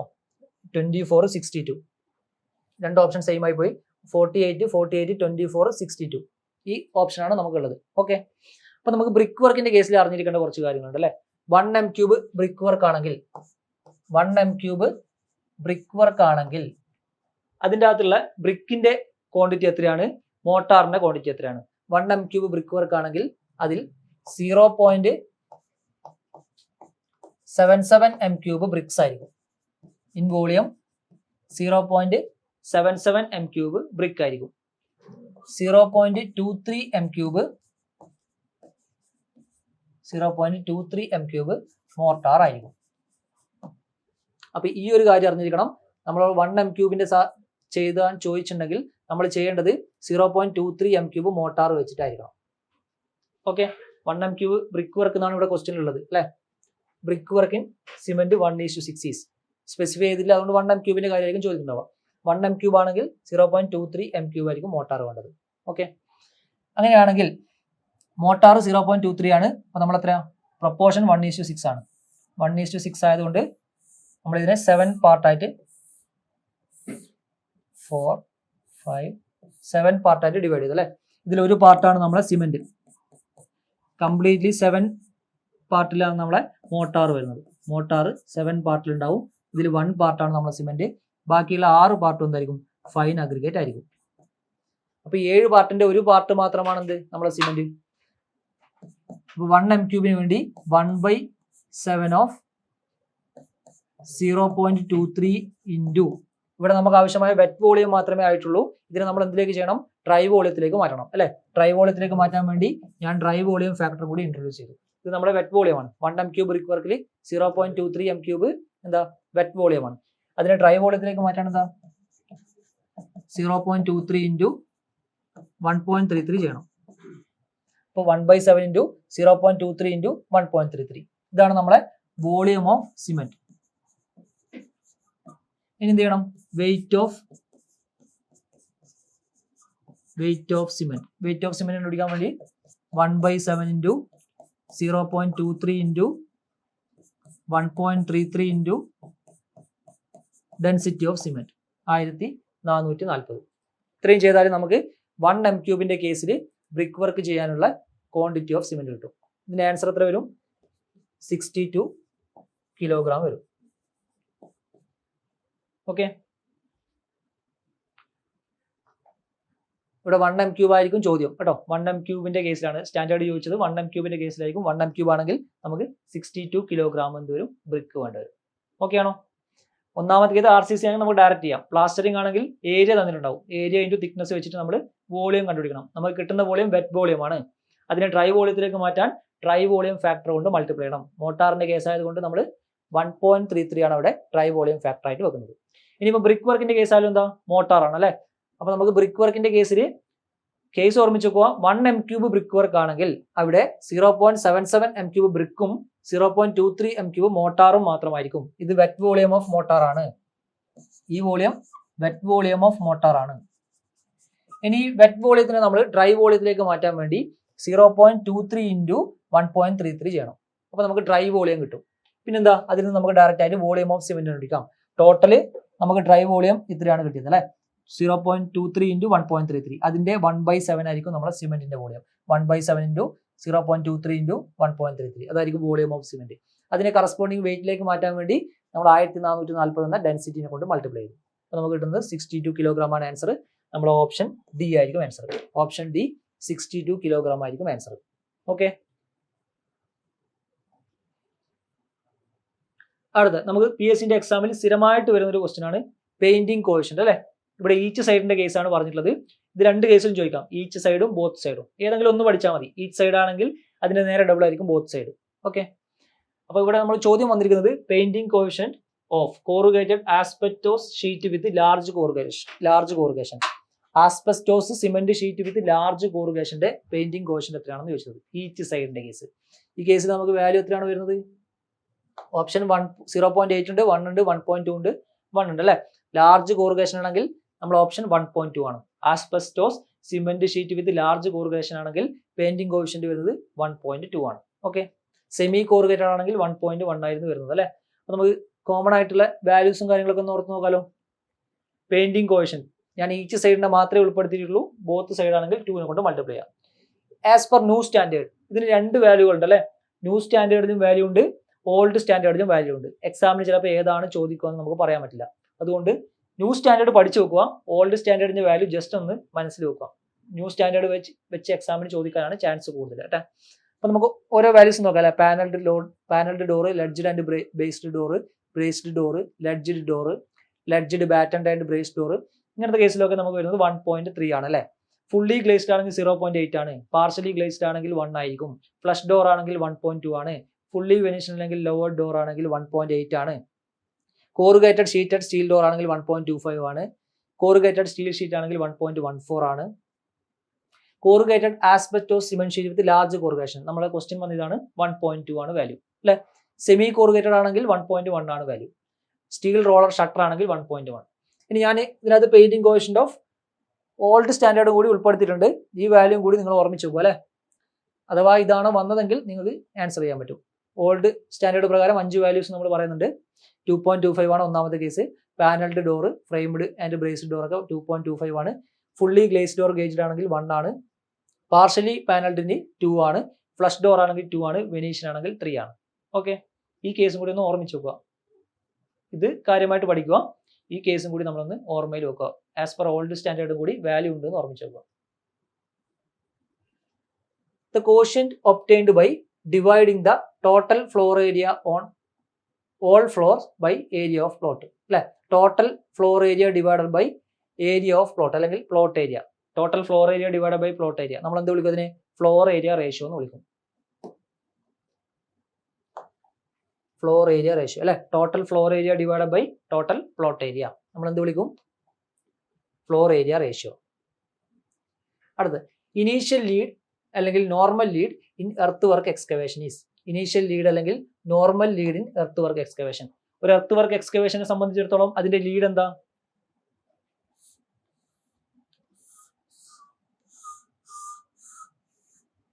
നമ്മൾ ഇവിടെയാണ് എർത്ത് വർക്ക് ചെയ്തിട്ടുള്ളത്, ഇവിടെയാണ് ഡിസ്പോസ് ചെയ്തിട്ടുള്ളത് അല്ലെ. ഈ centre of earth work excavation തൊട്ട് ഈ സെന്റർ ഓഫ് ഡിസ്പോസൽ വരെയുള്ള ആവറേജ് ഹൊറിസോണ്ടൽ ഡിസ്റ്റൻസിനെ നമ്മൾ വിളിക്കുന്ന പേരാണ് ലീഡ് എന്ന് വിളിക്കുന്നത്. ഓക്കെ, സെന്റർ ഓഫ് എക്സ്കവേഷൻ മുതൽ സെന്റർ ഓഫ് ഡിസ്കവേഷൻ വരെയുള്ള ഏവറേജ് ആയിട്ടുള്ള ഹൊറിസോണ്ടൽ ഡിസ്റ്റൻസിനെയാണ് നമ്മൾ എന്ത് വിളിക്കുന്നത്? ലീഡ് എന്ന് വിളിക്കുന്നത്. നമ്മൾ നോർമലി ലീഡ് പറയുന്നത് 50 മീറ്റർ ആണ്. ഓർമ്മിച്ച് വെക്കുക. ചില കേസിൽ ഇതിന് 30 മീറ്റർ എന്നും വാല്യൂ കാണാറുണ്ട്. ഈ 2 വാല്യൂ ഓർമ്മിച്ച് വെക്കുക. 50 മീറ്ററും വരാം, ഓപ്ഷനിൽ 30 മീറ്ററും വരാം. ഓക്കെ, 50 മീറ്ററും വന്നേക്കാം, 30 മീറ്ററും വന്നേക്കാം. ഇവിടെ 30 മീറ്റർ ഇല്ല, അതുകൊണ്ട് നമ്മുടെ വാല്യൂ 50 മീറ്റർ ആണ്. ഓക്കെ, ഇനി ഇതേ കേസിൽ നമ്മൾ ലിഫ്റ്റിനെ പറ്റിയും പറയാറുണ്ട് അല്ലെ. ലിഫ്റ്റിന്റെ വാല്യൂ എത്രയാണെന്ന് ഓർമ്മയുണ്ടോ? ലിഫ്റ്റ് വരുന്നത് 1.5 മീറ്റർ ആണ്. നോർമൽ ലിഫ്റ്റ് വരുന്നത് 1.5 മീറ്റർ ആണ്. അതും കൂടി ഓർമ്മിച്ചു. ലിഫ്റ്റിന്റെ വാല്യൂ നോർമൽ വാല്യൂ 1.5 മീറ്റർ ആണ്.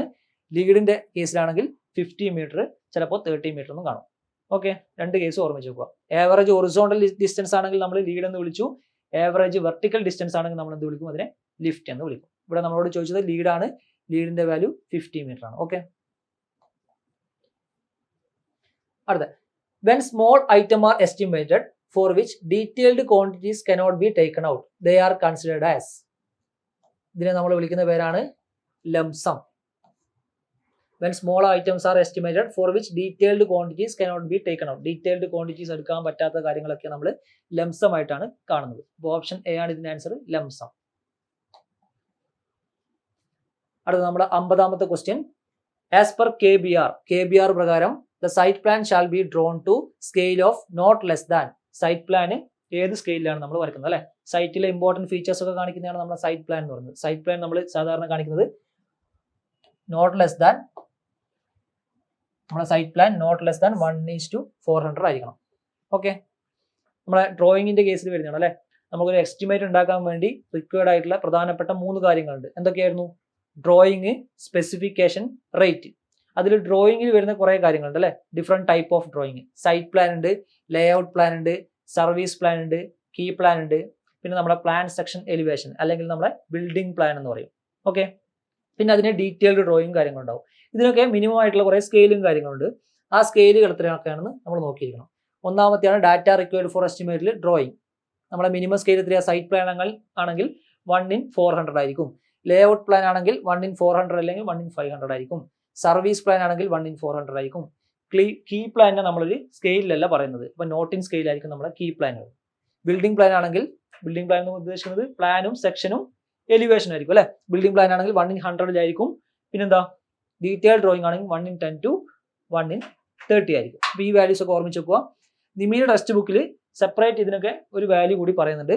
ആ വാല്യൂസ് ഒക്കെ ഞാൻ ഇവിടെ പ്രൊവൈഡ് ചെയ്തിട്ടുണ്ട്, ഒന്ന് നോക്കുക. നിമിയുടെ ടെക്സ്റ്റ് ബുക്കിൽ കീ പ്ലാന് അല്ല, ഇൻഡെക്സ് പ്ലാൻ എന്ന രീതിയിൽ 1:50,000 എന്ന വാല്യൂ പറഞ്ഞിട്ടുണ്ട്. കീ പ്ലാനിന്റെ വാല്യൂ ആയിട്ട് ഇവിടെ നോട്ട് ഇൻ സ്കെയിൽ ആണ്, അവിടെ പറയുന്നത് 1:50,000 ആണ് വാല്യൂ പറയുന്നത്. Index plan for large project, index plan നമ്മൾ കീ പ്ലാൻ എന്ന് അറിയപ്പെടുന്നു, അതിന്റെ താഴത്ത് കൊടുത്തിട്ടുണ്ട്. ഓക്കെ, നിമിയുടെ ടെക്സ്റ്റ് ബുക്കിൽ കീ പ്ലാനിന്റെ സ്കെയിൽ അത് ഇൻഡെക്സ് പ്ലാനായിട്ടാണ് കൊടുത്തിട്ടുള്ളത് 1:50,000 എന്ന്. ഫോർ ലാർജ് പ്രോജക്റ്റ് അത് നമ്മൾ അതിനെ കീ പ്ലാൻ എന്ന് വിളിക്കും. അപ്പോൾ മച്ച് സ്മോളർ സ്കെയിൽ കൊടുക്കുന്നേ പറഞ്ഞിട്ടുള്ളൂ. ഇൻഡെക്സ് പ്ലാനിന് സെപ്പറേറ്റ് ഒരു സ്കെയിൽ പറഞ്ഞിട്ടുണ്ട്, കീ പ്ലാനിന് മച്ച് സ്മോളർ ആയിട്ടൊരു സ്കെയിൽ കൊടുക്കുന്നു മാത്രമേ അവിടെ പറഞ്ഞിട്ടുള്ളൂ. പക്ഷെ അവിടെ ഇൻഡെക്സ് പ്ലാൻ എന്നൊരു ടേം പറഞ്ഞതുകൊണ്ട് ഈ ഒരു വാല്യൂ ഓർമ്മിച്ച് വെക്കുക. പിന്നെ ഈ സെപ്പറേറ്റ് ഓരോ ഐറ്റത്തിനും ഡിഫറൻറ്റ് സ്കെയിൽ അവിടെ പറയുന്നുണ്ട്. അപ്പോൾ ഇതൊന്ന് ഓർമ്മയിൽ വെക്കുക. രണ്ട് കേസിലും വേറെ വേറെ ആയിരിക്കും വാല്യൂ. അപ്പോൾ ഓപ്ഷൻ എങ്ങനെയാണ് വരുന്നത് നോക്കി ആൻസർ ചെയ്യുക. ഓക്കെ, ഇനി നമ്മളെ രണ്ടാമത്തെ ആളാണ് സ്പെസിഫിക്കേഷൻ. നമ്മൾ സ്പെസിഫിക്കേഷനെ രണ്ട് രീതിയിൽ ക്ലാസിഫൈ ചെയ്തിട്ടുണ്ടായിരുന്നു. എന്തൊക്കെയായിരുന്നു? ജനറൽ ആയിട്ടുള്ള സ്പെസിഫിക്കേഷൻ, ഡീറ്റെയിൽഡ് ആയിട്ടുള്ള സ്പെസിഫിക്കേഷൻ. ജനറൽ സ്പെസിഫിക്കേഷൻ എന്ന് പറയുമ്പോൾ ജനറൽ ആയിട്ടുള്ള വർക്കിന്റെ ഒരു ഐഡിയ പറയും അല്ലെ. നമുക്ക് ഡ്രോയിങ്ങിൽ കാണിക്കാൻ പറ്റാത്ത കാര്യങ്ങളാണ് നമ്മൾ എന്താ സ്പെസിഫിക്കേഷനിലൂടെ കാണിക്കുന്നത്. അപ്പൊ നമ്മുടെ വർക്കിന്റെ ഒരു ജനറൽ ആയിട്ടുള്ള ഒരു ഐഡിയ നമുക്ക് തരുന്ന ആളാണ് ഇത് നമ്മുടെ ജനറൽ സ്പെസിഫിക്കേഷൻ എന്ന് പറയുന്നത് അല്ലെ. Nature, class of work, proportion, അങ്ങനത്തെ കാര്യങ്ങളൊക്കെ നമുക്ക് ജനറൽ സ്പെസിഫിക്കേഷനിൽ കാണാം. അതിന് പുറമെ നമുക്ക് ഡീറ്റെയിൽഡ് സ്പെസിഫിക്കേഷൻ, നമ്മുടെ വർക്കിനെ പറ്റിയുള്ള ഡീറ്റെയിൽഡ് കാര്യങ്ങൾ നമുക്ക് എക്സ്പ്ലെയിൻ ചെയ്ത് തരുന്ന ആളാണ് നമ്മുടെ ഡീറ്റെയിൽഡ് സ്പെസിഫിക്കേഷൻ എന്ന് പറയും. അതായത് ഇതിന് പുറമെ നാച്ചറും ക്ലാസും പ്രൊപ്പോർഷനും ഒക്കെ പുറമെ എങ്ങനെയാണ് ഇതിന്റെ പ്രിപ്പറേഷൻ, ഇതിന്റെ മെത്തേഡ് ഓഫ് എക്സിക്യൂഷൻ എന്താണ്, മെത്തേഡ് ഓഫ് മെഷർമെന്റ് എന്താണ്, അങ്ങനെയുള്ള കാര്യങ്ങൾ കൂടി നമ്മുടെ ഡീറ്റെയിൽഡ് സ്പെസിഫിക്കേഷനിൽ ഉണ്ടാവും. ഓക്കെ, ഈ ഒരു ഓർഡർ തന്നെയായിരിക്കും നമ്മൾ വർക്ക് എക്സിക്യൂട്ട് ചെയ്യുന്നത്. അതായത് നമ്മുടെ ഡീറ്റെയിൽഡ് സ്പെസിഫിക്കേഷന്റെ ഓർഡറിലായിരിക്കും നമ്മൾ സൈറ്റിൽ വർക്ക് എക്സിക്യൂട്ട് ചെയ്യുന്നുണ്ടാവുക. ഓക്കെ, ഡ്രോയിങ്ങിൽ നമുക്ക് ഇൻക്ലൂഡ് ചെയ്യാൻ പറ്റാത്ത കാര്യങ്ങളാണ് നമ്മൾ സ്പെസിഫിക്കേഷനിൽ ഇൻക്ലൂഡ് ചെയ്തിട്ടുള്ളത്. പിന്നെ നമുക്ക് എസ്റ്റിമേറ്റ് ഉണ്ടാക്കാൻ വേണ്ട ആവശ്യമായ ആളാണ് റേറ്റ് അല്ലെ. റേറ്റ് എന്താണെന്ന് നമ്മൾ നേരത്തെ കണ്ടു. അപ്പോൾ ഈ റേറ്റും കൂടി നമുക്ക് സ്പെസിഫിക്കേഷനിൽ നമ്മുടെ എസ്റ്റിമേറ്റ് ഉണ്ടാക്കാൻ വേണ്ടി ആവശ്യമായ കാര്യമാണ്. മൊത്തത്തിൽ നമുക്ക് DSR എന്ന് വിളിക്കാം. D for drawing, S for specification, R for rate. ഇനി നമ്മൾ റേറ്റ് സാധാരണ കണ്ടുപിടിക്കുന്നതാണ് നമ്മൾ അനാലിസിസ് ഓഫ് റേറ്റ് മെത്തേഡ് വഴിയാണ് നമ്മൾ ഒരു ഐറ്റത്തിന്റെ റേറ്റ് ഫിക്സ് ചെയ്യുന്നത്. റേറ്റ് നമ്മൾ സാധാരണ ഫിക്സ് ചെയ്യുന്നത് അനാലിസിസ് ഓഫ് റേറ്റ് മെത്തേഡ് വഴിയാണ്. അതും കൂടി ഓർമ്മിച്ച് വെക്കുക. റേറ്റ് ഫിക്സ് ചെയ്യുന്ന മെത്തേഡാണ് analysis of rate method. Okay ആണോ? അപ്പോൾ നമ്മുടെ എസ്റ്റിമേഷൻ്റെ ഒരു 50 ക്വസ്റ്റ്യൻസ് നമ്മൾ ഇന്ന് നോക്കി. അപ്പോൾ നിങ്ങൾ റിവിഷനൊക്കെ നല്ല രീതിയിൽ നടത്തുക. ഈ ക്വസ്റ്റ്യൻസും നിങ്ങൾക്ക് എക്സാമിൻ്റെ റിവിഷൻ ചെയ്യാൻ ഉപകാരപ്പെടട്ടെ എന്ന് വിശ്വസിക്കുന്നു. എല്ലാവർക്കും ജൂനിയർ ഇൻസ്ട്രക്ടറിൻ്റെ ഒരു എക്സാമിന് നല്ല രീതിയിൽ പെർഫോമൻസ് ചെയ്യാൻ പറ്റട്ടെ എന്ന് ഞാൻ ആശംസിക്കുന്നു. Thank you. Start your preparations for engineering competitive exams from top educators. Learn from the best.